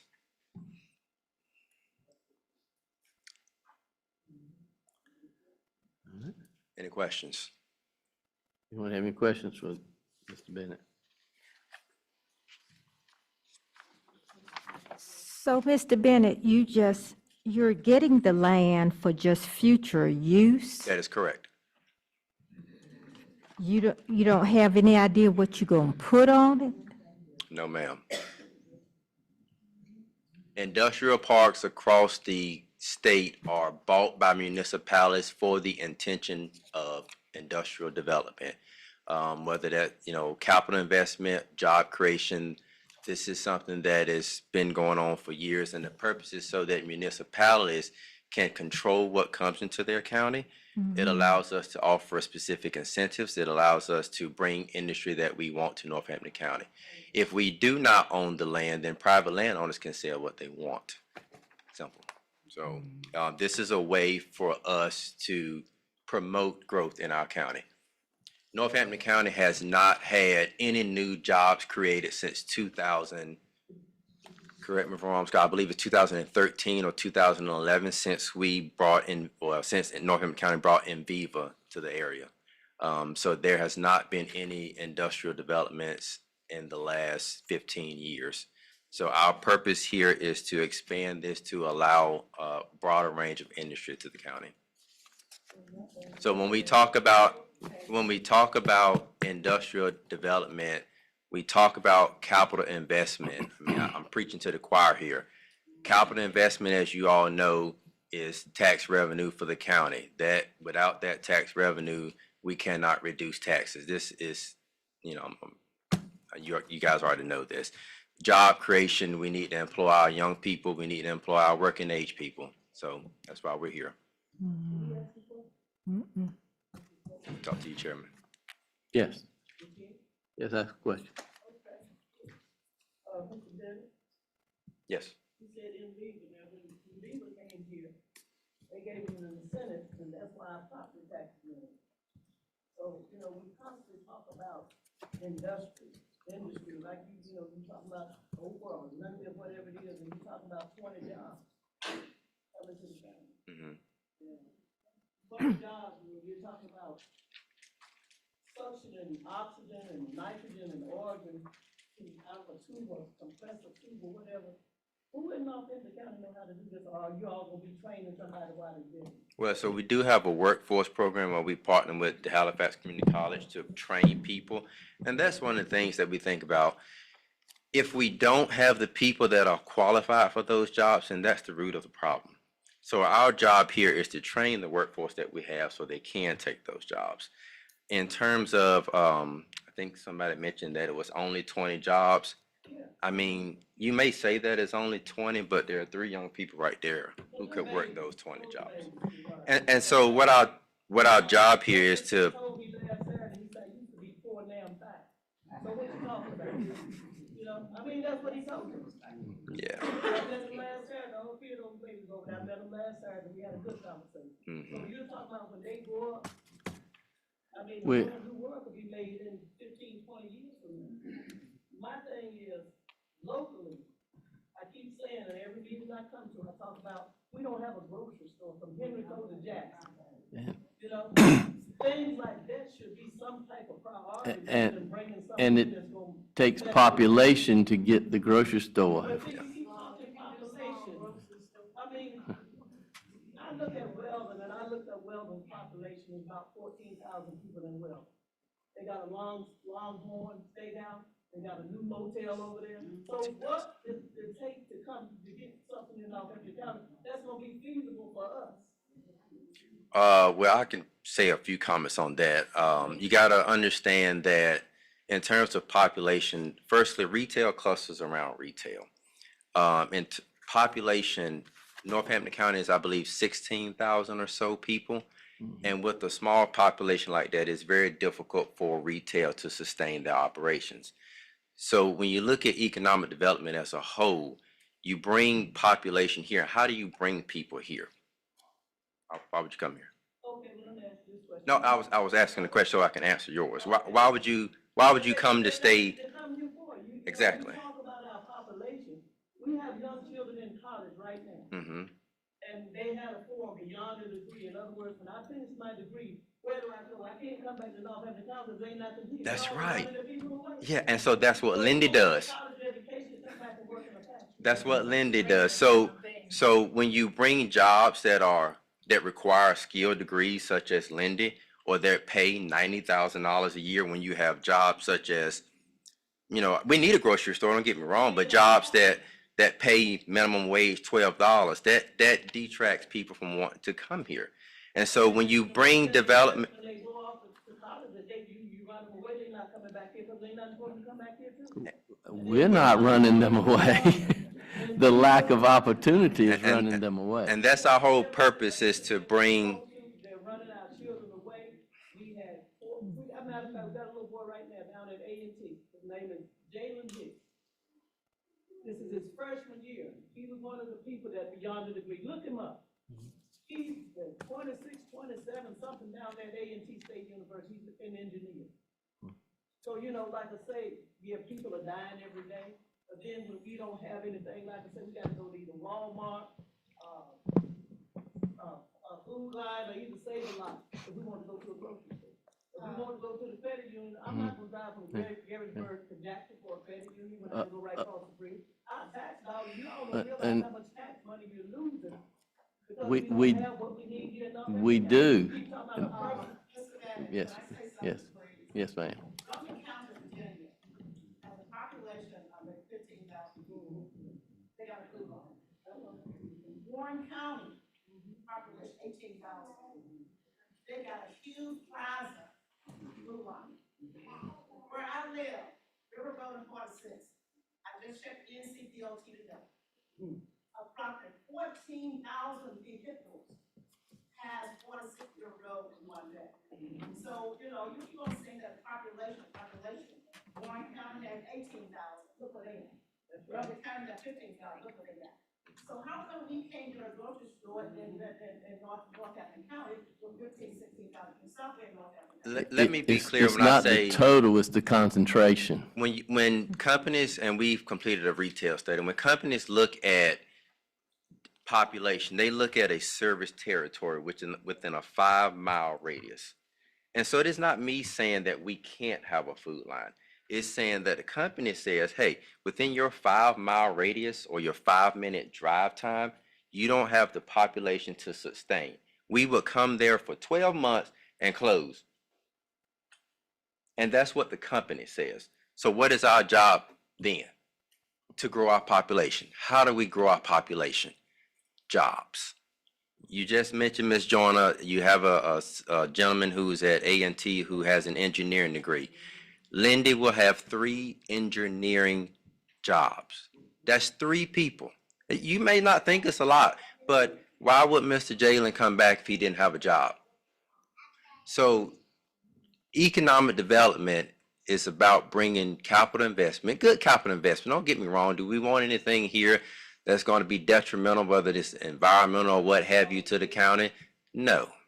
But it is about capital investment and job creation. Yes, ma'am. I'm gonna say this, and then I'm gonna be quiet. It seems like it's more about I than us. I don't. Bottom line. Yes, ma'am. I could go make $200,000 somewhere else, but I came back to be nice. Only in the Gaston area, we could have put a big wood company or something there, besides all those solar panels, we wouldn't get nothing. Well, I mean, with the complaints about Enviva, we probably shouldn't have put a wood company there. You might need to rethink that. Yes, ma'am. Economic development, capital investment is good, but when you consider bringing in these industries, I think that you should think about what type of industry that you're bringing in. I would agree. And we do. People to be satisfied. I would agree. If they're living in that area. Mhm. Because we have people that live on Lebanon Church Road, they're not satisfied with men in public, because for one thing, they don't even know what it's all about. Which is why we had a public Done- hearing. It was done in such a way that it brought about a lot of distrust. So this is how we're thinking, we want really clean industry where people can work. I mean, if it's not possible for them to make $90,000, then they can make $50,000. But, you gotta make sure you consider the type that you bring into this county. And I would agree with that. When we do our project evaluations, we do an in-depth review of the project, obviously considering all of those impacts. And during the public hearing, the board as well as the public will have a chance to review all of the documents, purchase sale agreement, incentive agreements, overview of the project, decision paper, all of that good stuff. And we're not going to get into the details of the public hearing tonight, but Lindy is an air separation company, as you said before. They don't actually emit anything. They take the ambient air from outside that you're breathing in and they compress it into oxygen and nitrogen. So when you go to the hospital and you need an oxygen tank, that's where it comes from, Lindy. When you drink a Coke, that's where it comes from. That's what they do. You're saying, you know, what they're gonna do. So why is it we didn't have a public hearing about it before we got here instead of after it's already here? North Carolina General Statute requires for companies that have incentives that are tied to the state to remain confidential until they are announced. That is why. I don't feel like that's something that you have to do. Well, It's general statute. So you find those counties that Okay. Who had, sir? Him here? Who was it you said had it? Gentleman with the head with the glasses. Right there? Yes, sir. Stan, you had, You can come up if you want.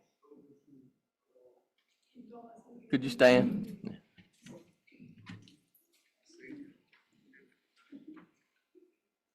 I mean, I just understood what you just said, on making oxygen. So how much of this is going back into the air?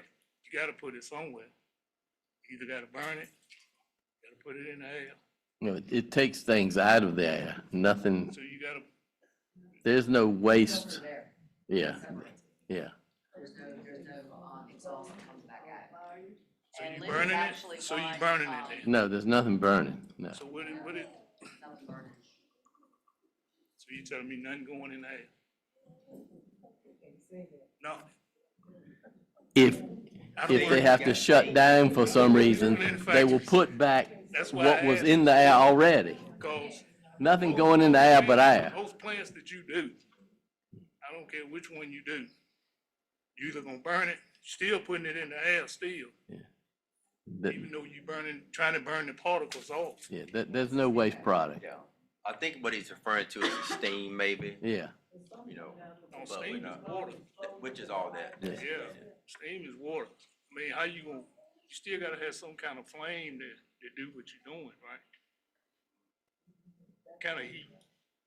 Lindy actually has a really thorough website. One thing that was really attractive about this company is they have won international accolades across multiple continents about their environmental and best practices. So they do not pollute.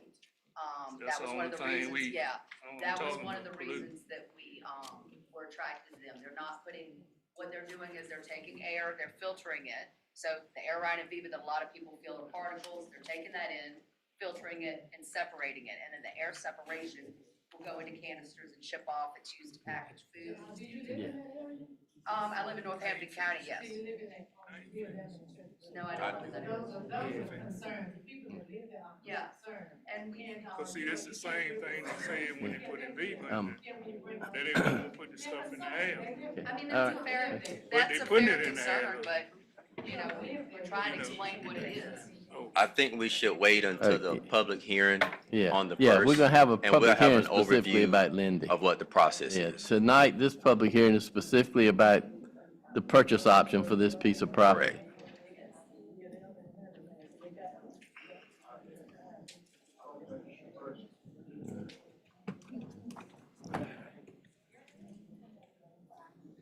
Okay.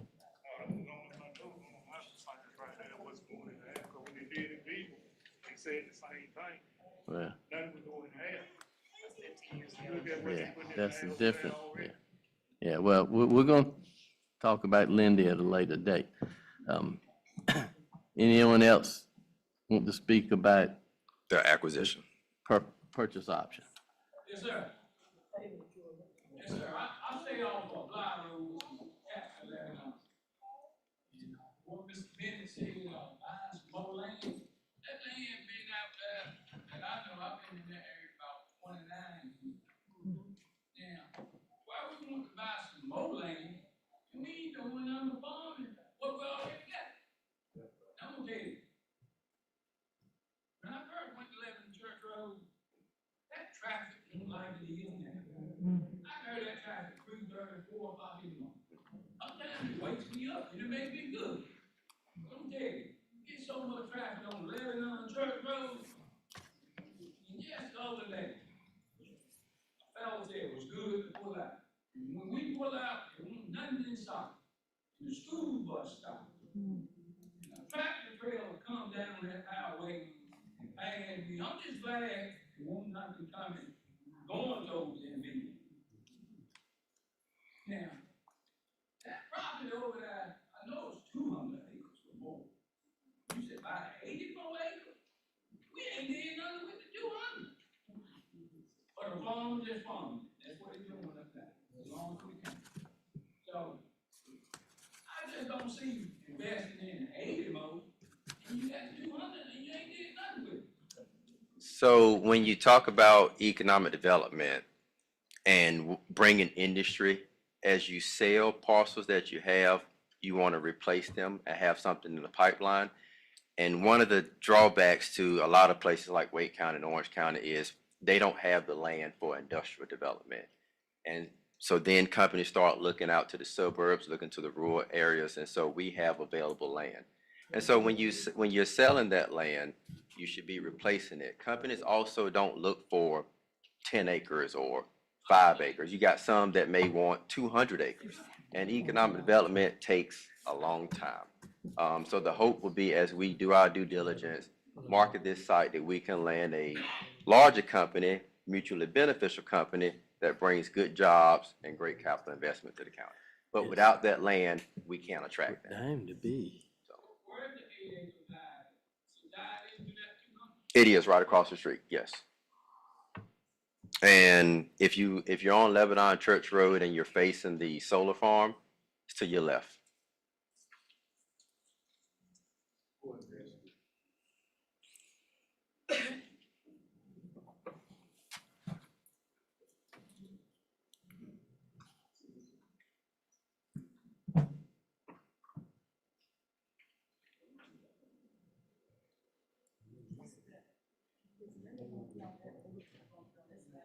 No. The Commerce Park, not the 8 acre site, no. Yeah, there's no one specifically looking at this property.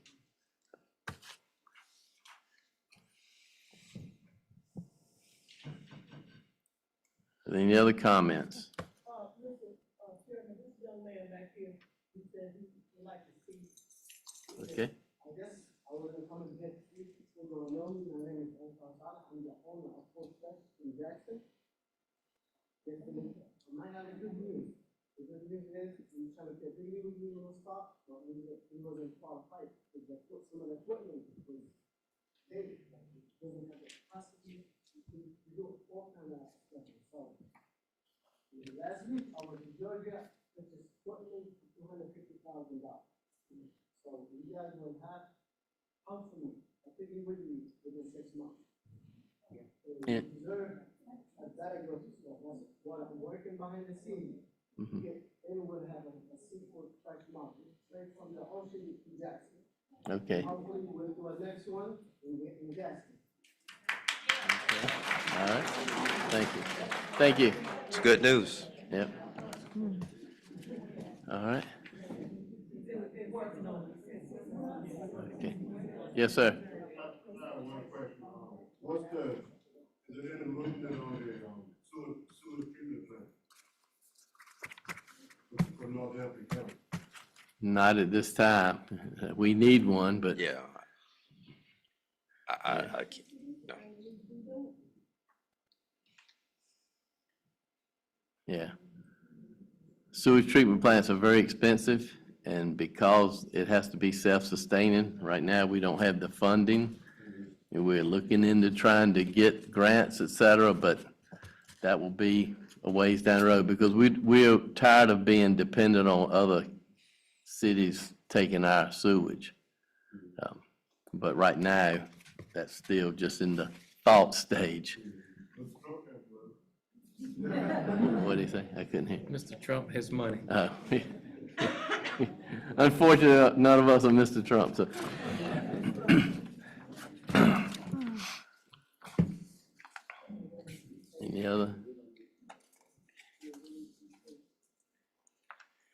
Any other comments? Okay. Does the board have any questions on Commerce Park acquisition? While we're doing this, technical details. Okay.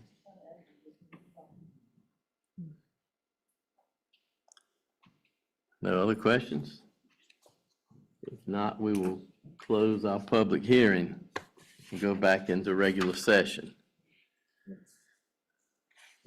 Okay. All right. Do we have any motion on the purchase option?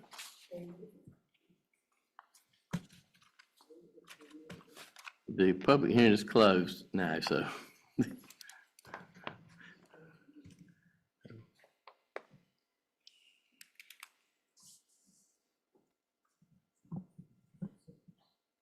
And I'll remind the board as well that there is a 90-day due diligence period, which allows us, correct me if I'm wrong, Scott, to back out of the option agreement with no strings attached. Okay, so we would have 90 days where we would not owe the 90,000, I mean, excuse me, the 19,000. That's correct. Yeah, the 19,000, okay.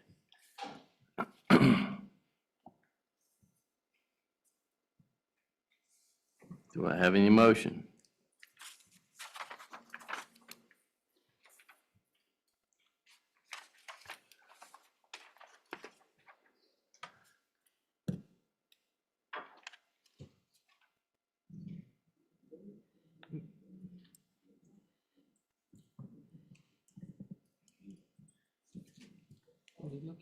I'm sorry.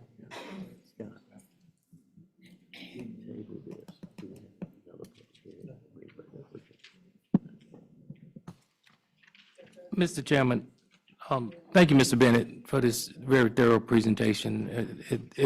This time, I look at tabling this agenda item until our next meeting, Okay.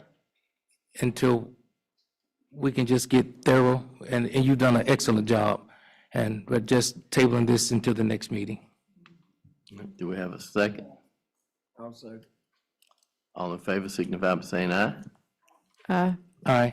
I, Broadnax Taylor. Aye. Any opposed? All right, motion's carried. We'll table that to the next meeting. Is that the the May 18th meeting or the June 1st meeting? Meeting on May May 18th, 18th. Mr. Bennett. Yeah, May 18th.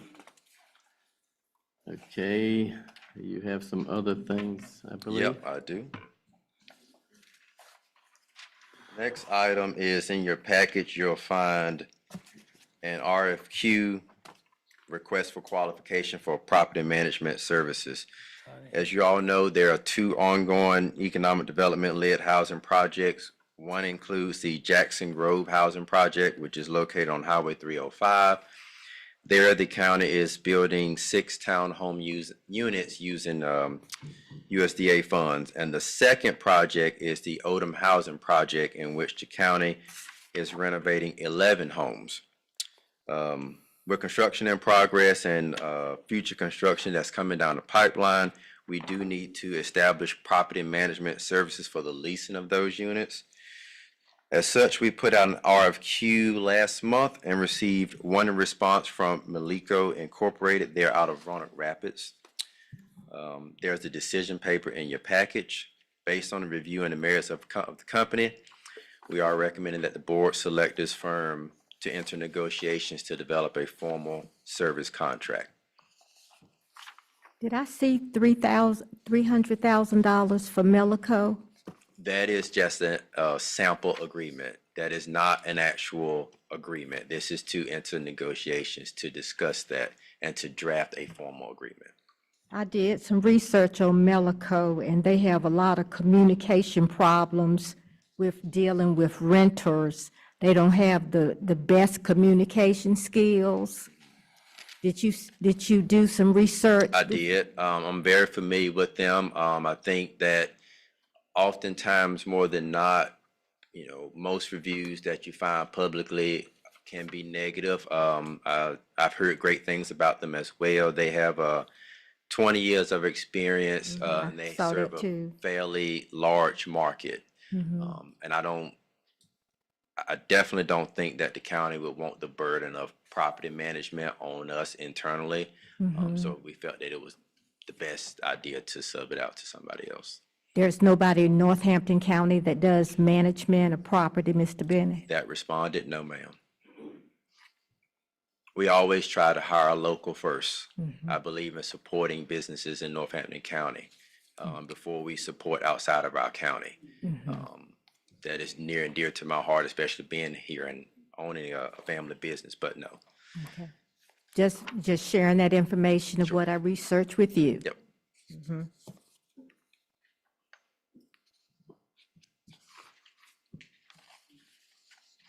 So if approved, we will enter discussions for them to provide a draft agreement to service and lease Jackson Grove as well as Odom Housing Project.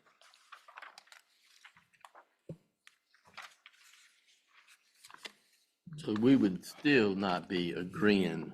No. We would still have to approve any agreements. This is just to begin discussions. RFQs are published based on your qualifications, your expertise, not necessarily your cost.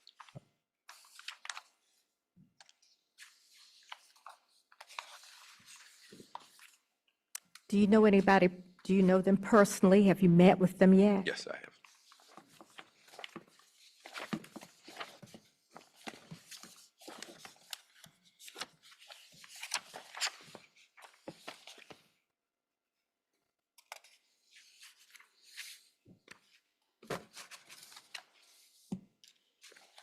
Mr. Bennett, this for both sites also, right? Jackson Grove. Mr. Chairman, I move approval of the Melico agreement proposal that's before us. Do we have a second? I'll second. Any further discussion? If not, all in favor signify by saying aye. Aye. Aye. Aye. All opposed? Melvetta Broadnax Taylor opposed. Okay, my motion is carried. All right. All right, last item is the Odom Housing Septic Evaluation. You'll have in your package a proposal from Earthly Elements. Just a reminder, this is the 11 houses on Odom Prison Road that the county owns. They provided a proposal to perform the initial septic or soil evaluations as well as the septic permits for the phase 1, which includes 6 homes on Odom Prison Road. The reason that we are recommending Earthly Elements is due to their experience in soil evaluations, complex soils. After our discussions with our internal environmental health team, there were some difficulties there. And so we reached out to this company and they were able to do some preliminary testing to show that the sites were or had great soils for septic permits. And this would also fast track our permitting process so that we can get the units up for renovation. Also, do remember that the county received $130,000 from the home consortium, which will renovate 2 of the homes that has already been awarded. So we do need to move quickly to have the septic evaluations and the permits completed. This proposal will include, like I said, just those 6, not the remaining 5. Although it includes 6 homes, there are only 5 systems in this proposal. That cost is 10,000, I think $10,500.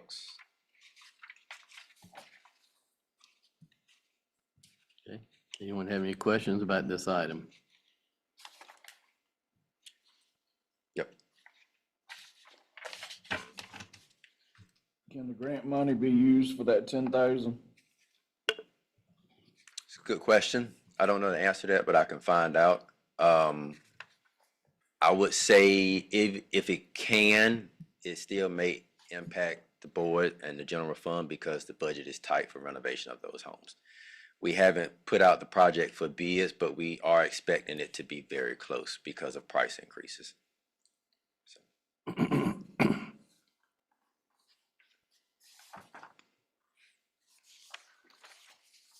And just as a reminder, the entire Odom site was conveyed to the county in 2024-ish, something like that, at no cost to the county. So we have not paid anything for this site other than the upkeep and maintenance of it. And any funds or revenue that we receive from either the sale or the leasing of the property returns back to the county. So it is a revenue generating source, while also serving a public need, which is housing. Right. And Ms. Bennett, we did get an additional $65,000 for renovations for those houses, is that correct? Correct. It brings the total to 130. We're also applying for a second round of funding as well. All right, can I get a motion? So you can't start renovations till you got a septic evaluation? That is correct. Correct, yes. Yeah.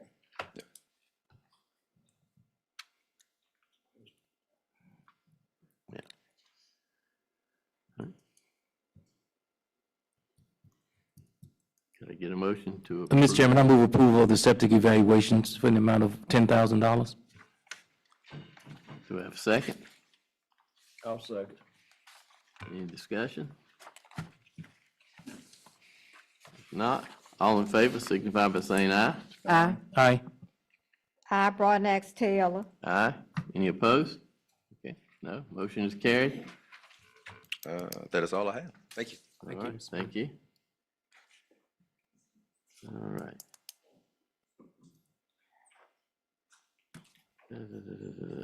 Tax Department.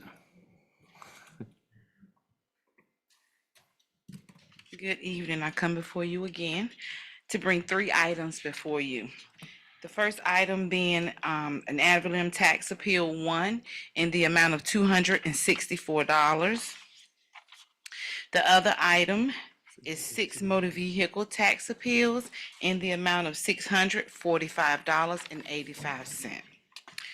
The third item I bring before you this evening is a contract renewal for our tax software, which is offered through Keystone Information Systems. Okay. Mr. Chairman, I move approval of all. Questions or discussion? Send the packet, no, sir. Okay. If not, all in favor signify by saying aye. Aye. Aye, Broadnax Taylor. Aye. Any opposed? Motion's carried. Thank you. Thank you. Okay, Health Department. Good evening. Good evening. I come before you tonight to ask for the approval of a renewal for contract for ABC's moving and storage for our physical patient records. The Northampton County Health Department is required to manage and store all patient records confidentially under the HIPAA privacy rule 45 CFR Parts 160 and 164.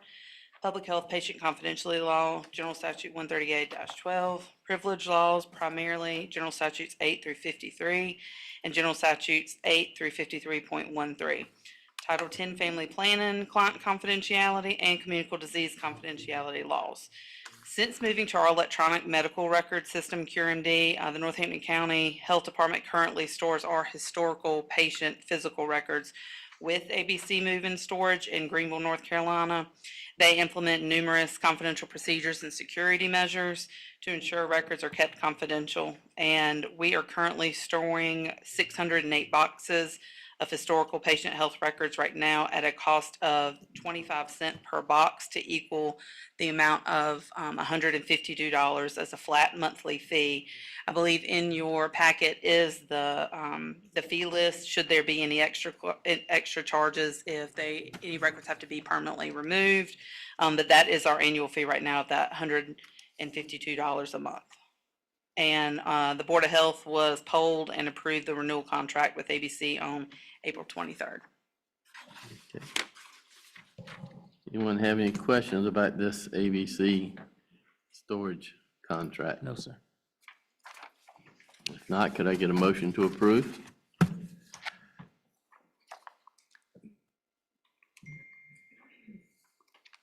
I move we approve. Second. All right. Any discussion? If not, all in favor signify by saying aye. Aye. I, Broadnax Taylor. Aye. Any opposed? Motion is carried. Thank you. Approved. Thank you. All right, next is Human Resources. Good afternoon, well, evening now. I do want to make a correction that this is something that the board that I'm seeking action from you all this afternoon. So the request is to make a adjustment to our personnel policy in Article 3, the pay plan, under Section 18, added in Section 18A. This policy is specific for the Board of Election part-time permanent staff, giving them the opportunity to actually get paid out for overtime during the election season, and then we'll go back earning comp time for all other times throughout the year. And just to confirm that the budget is the budget justifies this change. And you say this is not an action item, not just for our information at this time. No, it is an action item. I do apologize, it wasn't listed All right. correctly. Anyone have any questions regarding this?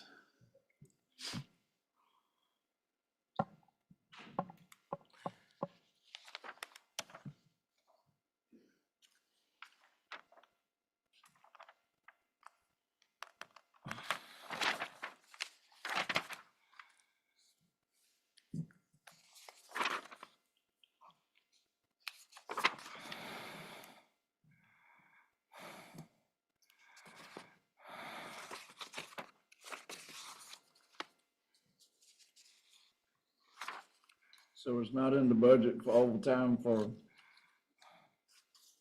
the workers through the Board of Elections?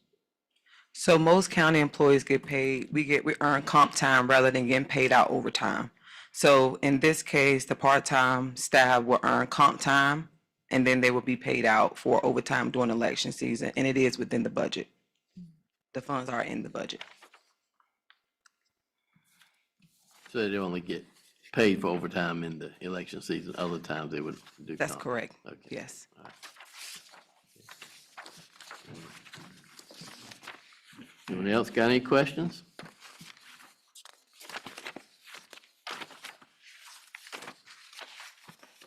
If not, could I get a motion? I move we approve. Do we have a second? Second. All right, all in favor signify by saying aye. Aye. Aye. Aye. Any opposed? Motion is carried. Thank you. Okay, now we're to County Manager and Board comments. Good evening again, everyone. I don't have a whole lot to report on tonight, other than on the 18th, we will have a representative from our audit department, Thompson Price, and Alan Thompson will be here to present the budget. He was supposed to be here, excuse me? I'm sorry, it's late. He will be here to present the 2025 audit. And he was going to be here in the last meeting, but he had vehicle issues. But he'll be here on the 18th. On the 18th at 5:30, we'll have workshop number 2. And the guest on that night will be the Health Department and DSS. Want to talk about unfunded federal mandates. So we want y'all to understand what's going on in our budget this year and how we're being cut back on the federal side, but we're expected to still provide those services. So it's just to provide that information to citizens and commissioners. That's all I have for tonight. Thank you all for coming out. Thank you for voicing your opinion. Y'all get home safely. All right, now for the board, we'll start with Commissioner Melvetta Broadnax Taylor.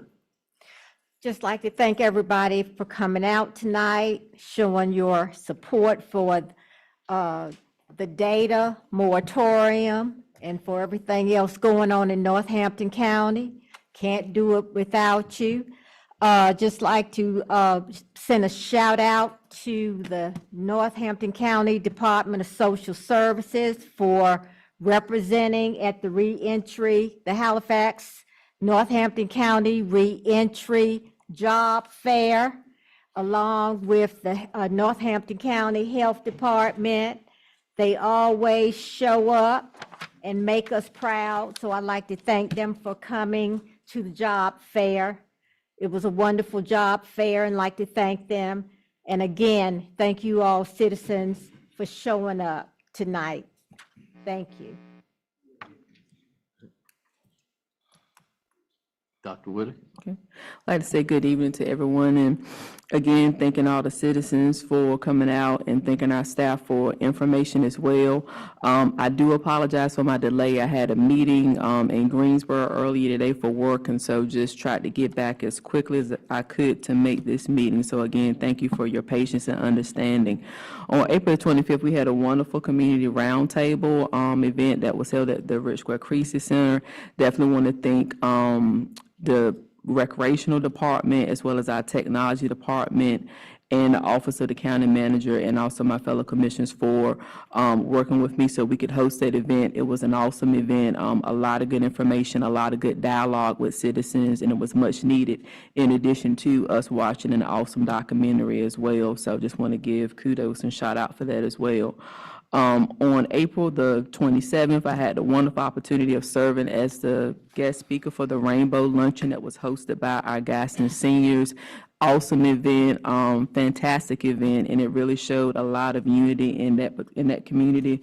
And it was just a blessing to be able to share some words of inspiration to a group that does community service so well. So I want to thank Mayor James and the Gaston seniors for that invitation.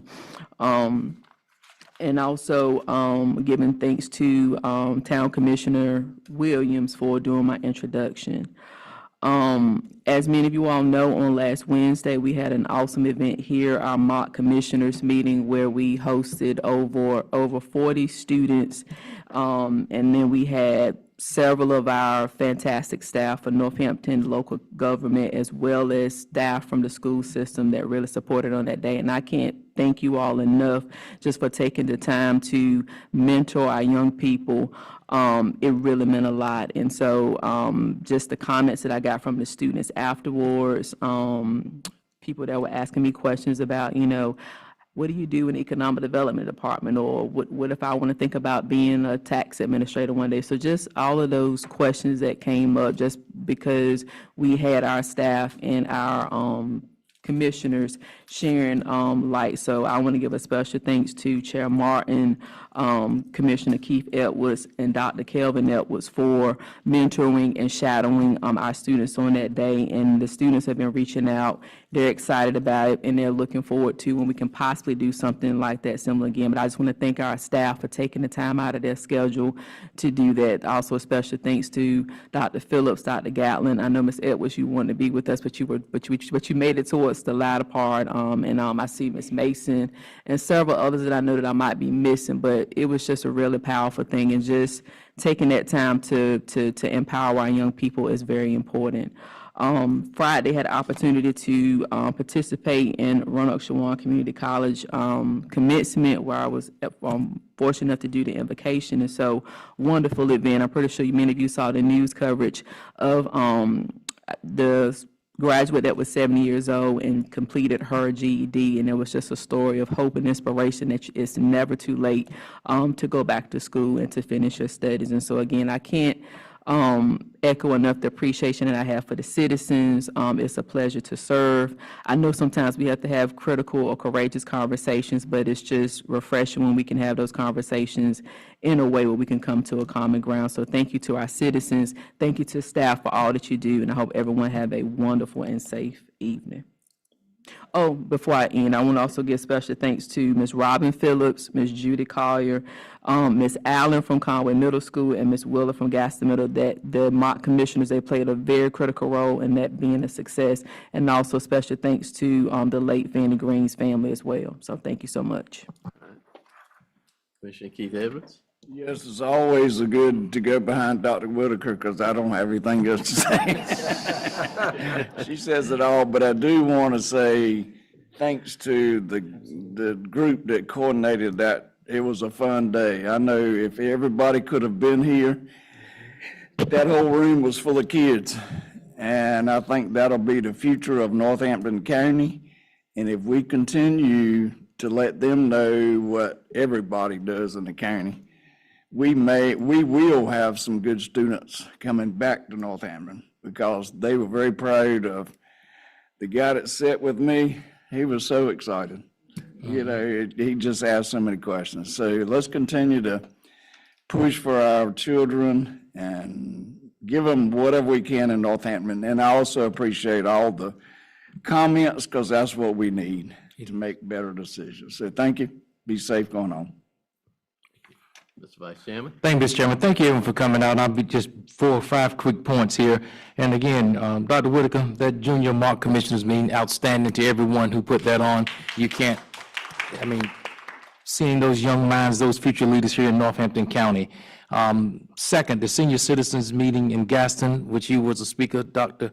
Whitaker. I had the pleasure of attending, had to leave abruptly because I had to get back to school, but I certainly appreciate the opportunity to confer with our citizens. Also, when you look at celebrating the life of Mr. Marlon Rook, 101 years old, what a milestone and in a lifetime to be 101 years old doing the things that he does. So commendable, so commendable. And I want to say the roundabouts are here. If you look at 301, there's another roundabout coming. If you look on the top of 95, there are 2 roundabouts coming. So it must be some serious traffic coming in Northampton County that we're getting these roundabouts. But please be careful as you travel on 301. That traffic change is abrupt. And if you're not careful, you might miss a beat going through that because it's dark on 301 at night. So please be careful of those roundabouts as we make that adjustments. And I was not understanding, I think I'm understanding that there's another one coming. It's going to be 2 right there on 301. Yes. So this is the first and one more is coming. Yep. And last but not least, on May 20th, we will be sponsoring another roundtable in Lake Gaston, May 20th at 6 p.m. at the Lake Gaston Community Center. It'll go from 6 to 7 p.m. Looking forward to that. Thank you all. I'd like to thank everybody for coming tonight and reiterate what the others said. The mock commission meeting was really a fun event. And what really impressed me was their topic was whether AI should be used. And I thought they'll want to use AI because they can do their work cheap, whatever. They were against it for the most part, and that really impressed me. And they had good arguments for their point of view. And I really enjoyed that and look forward to doing it again. And thank all of y'all for coming out tonight and have safe travel home. Mr. Chairman, I move we go into closed session pursuant to North Carolina General Statute 143, 318, 11A, attorney-client privilege. Do we have a second? Second. All in favor signify by saying aye. Aye. Aye. Aye. Aye. Motion is carried. We go into closed session. Whew. I'm white. That's too hot. we got 3 public hearings tonight, Mr. Chairman. We gotta limit these things. Spencer, how you doing, sir? Hey, man, good to see you. Hopefully it'll be normal next time. It's coming along.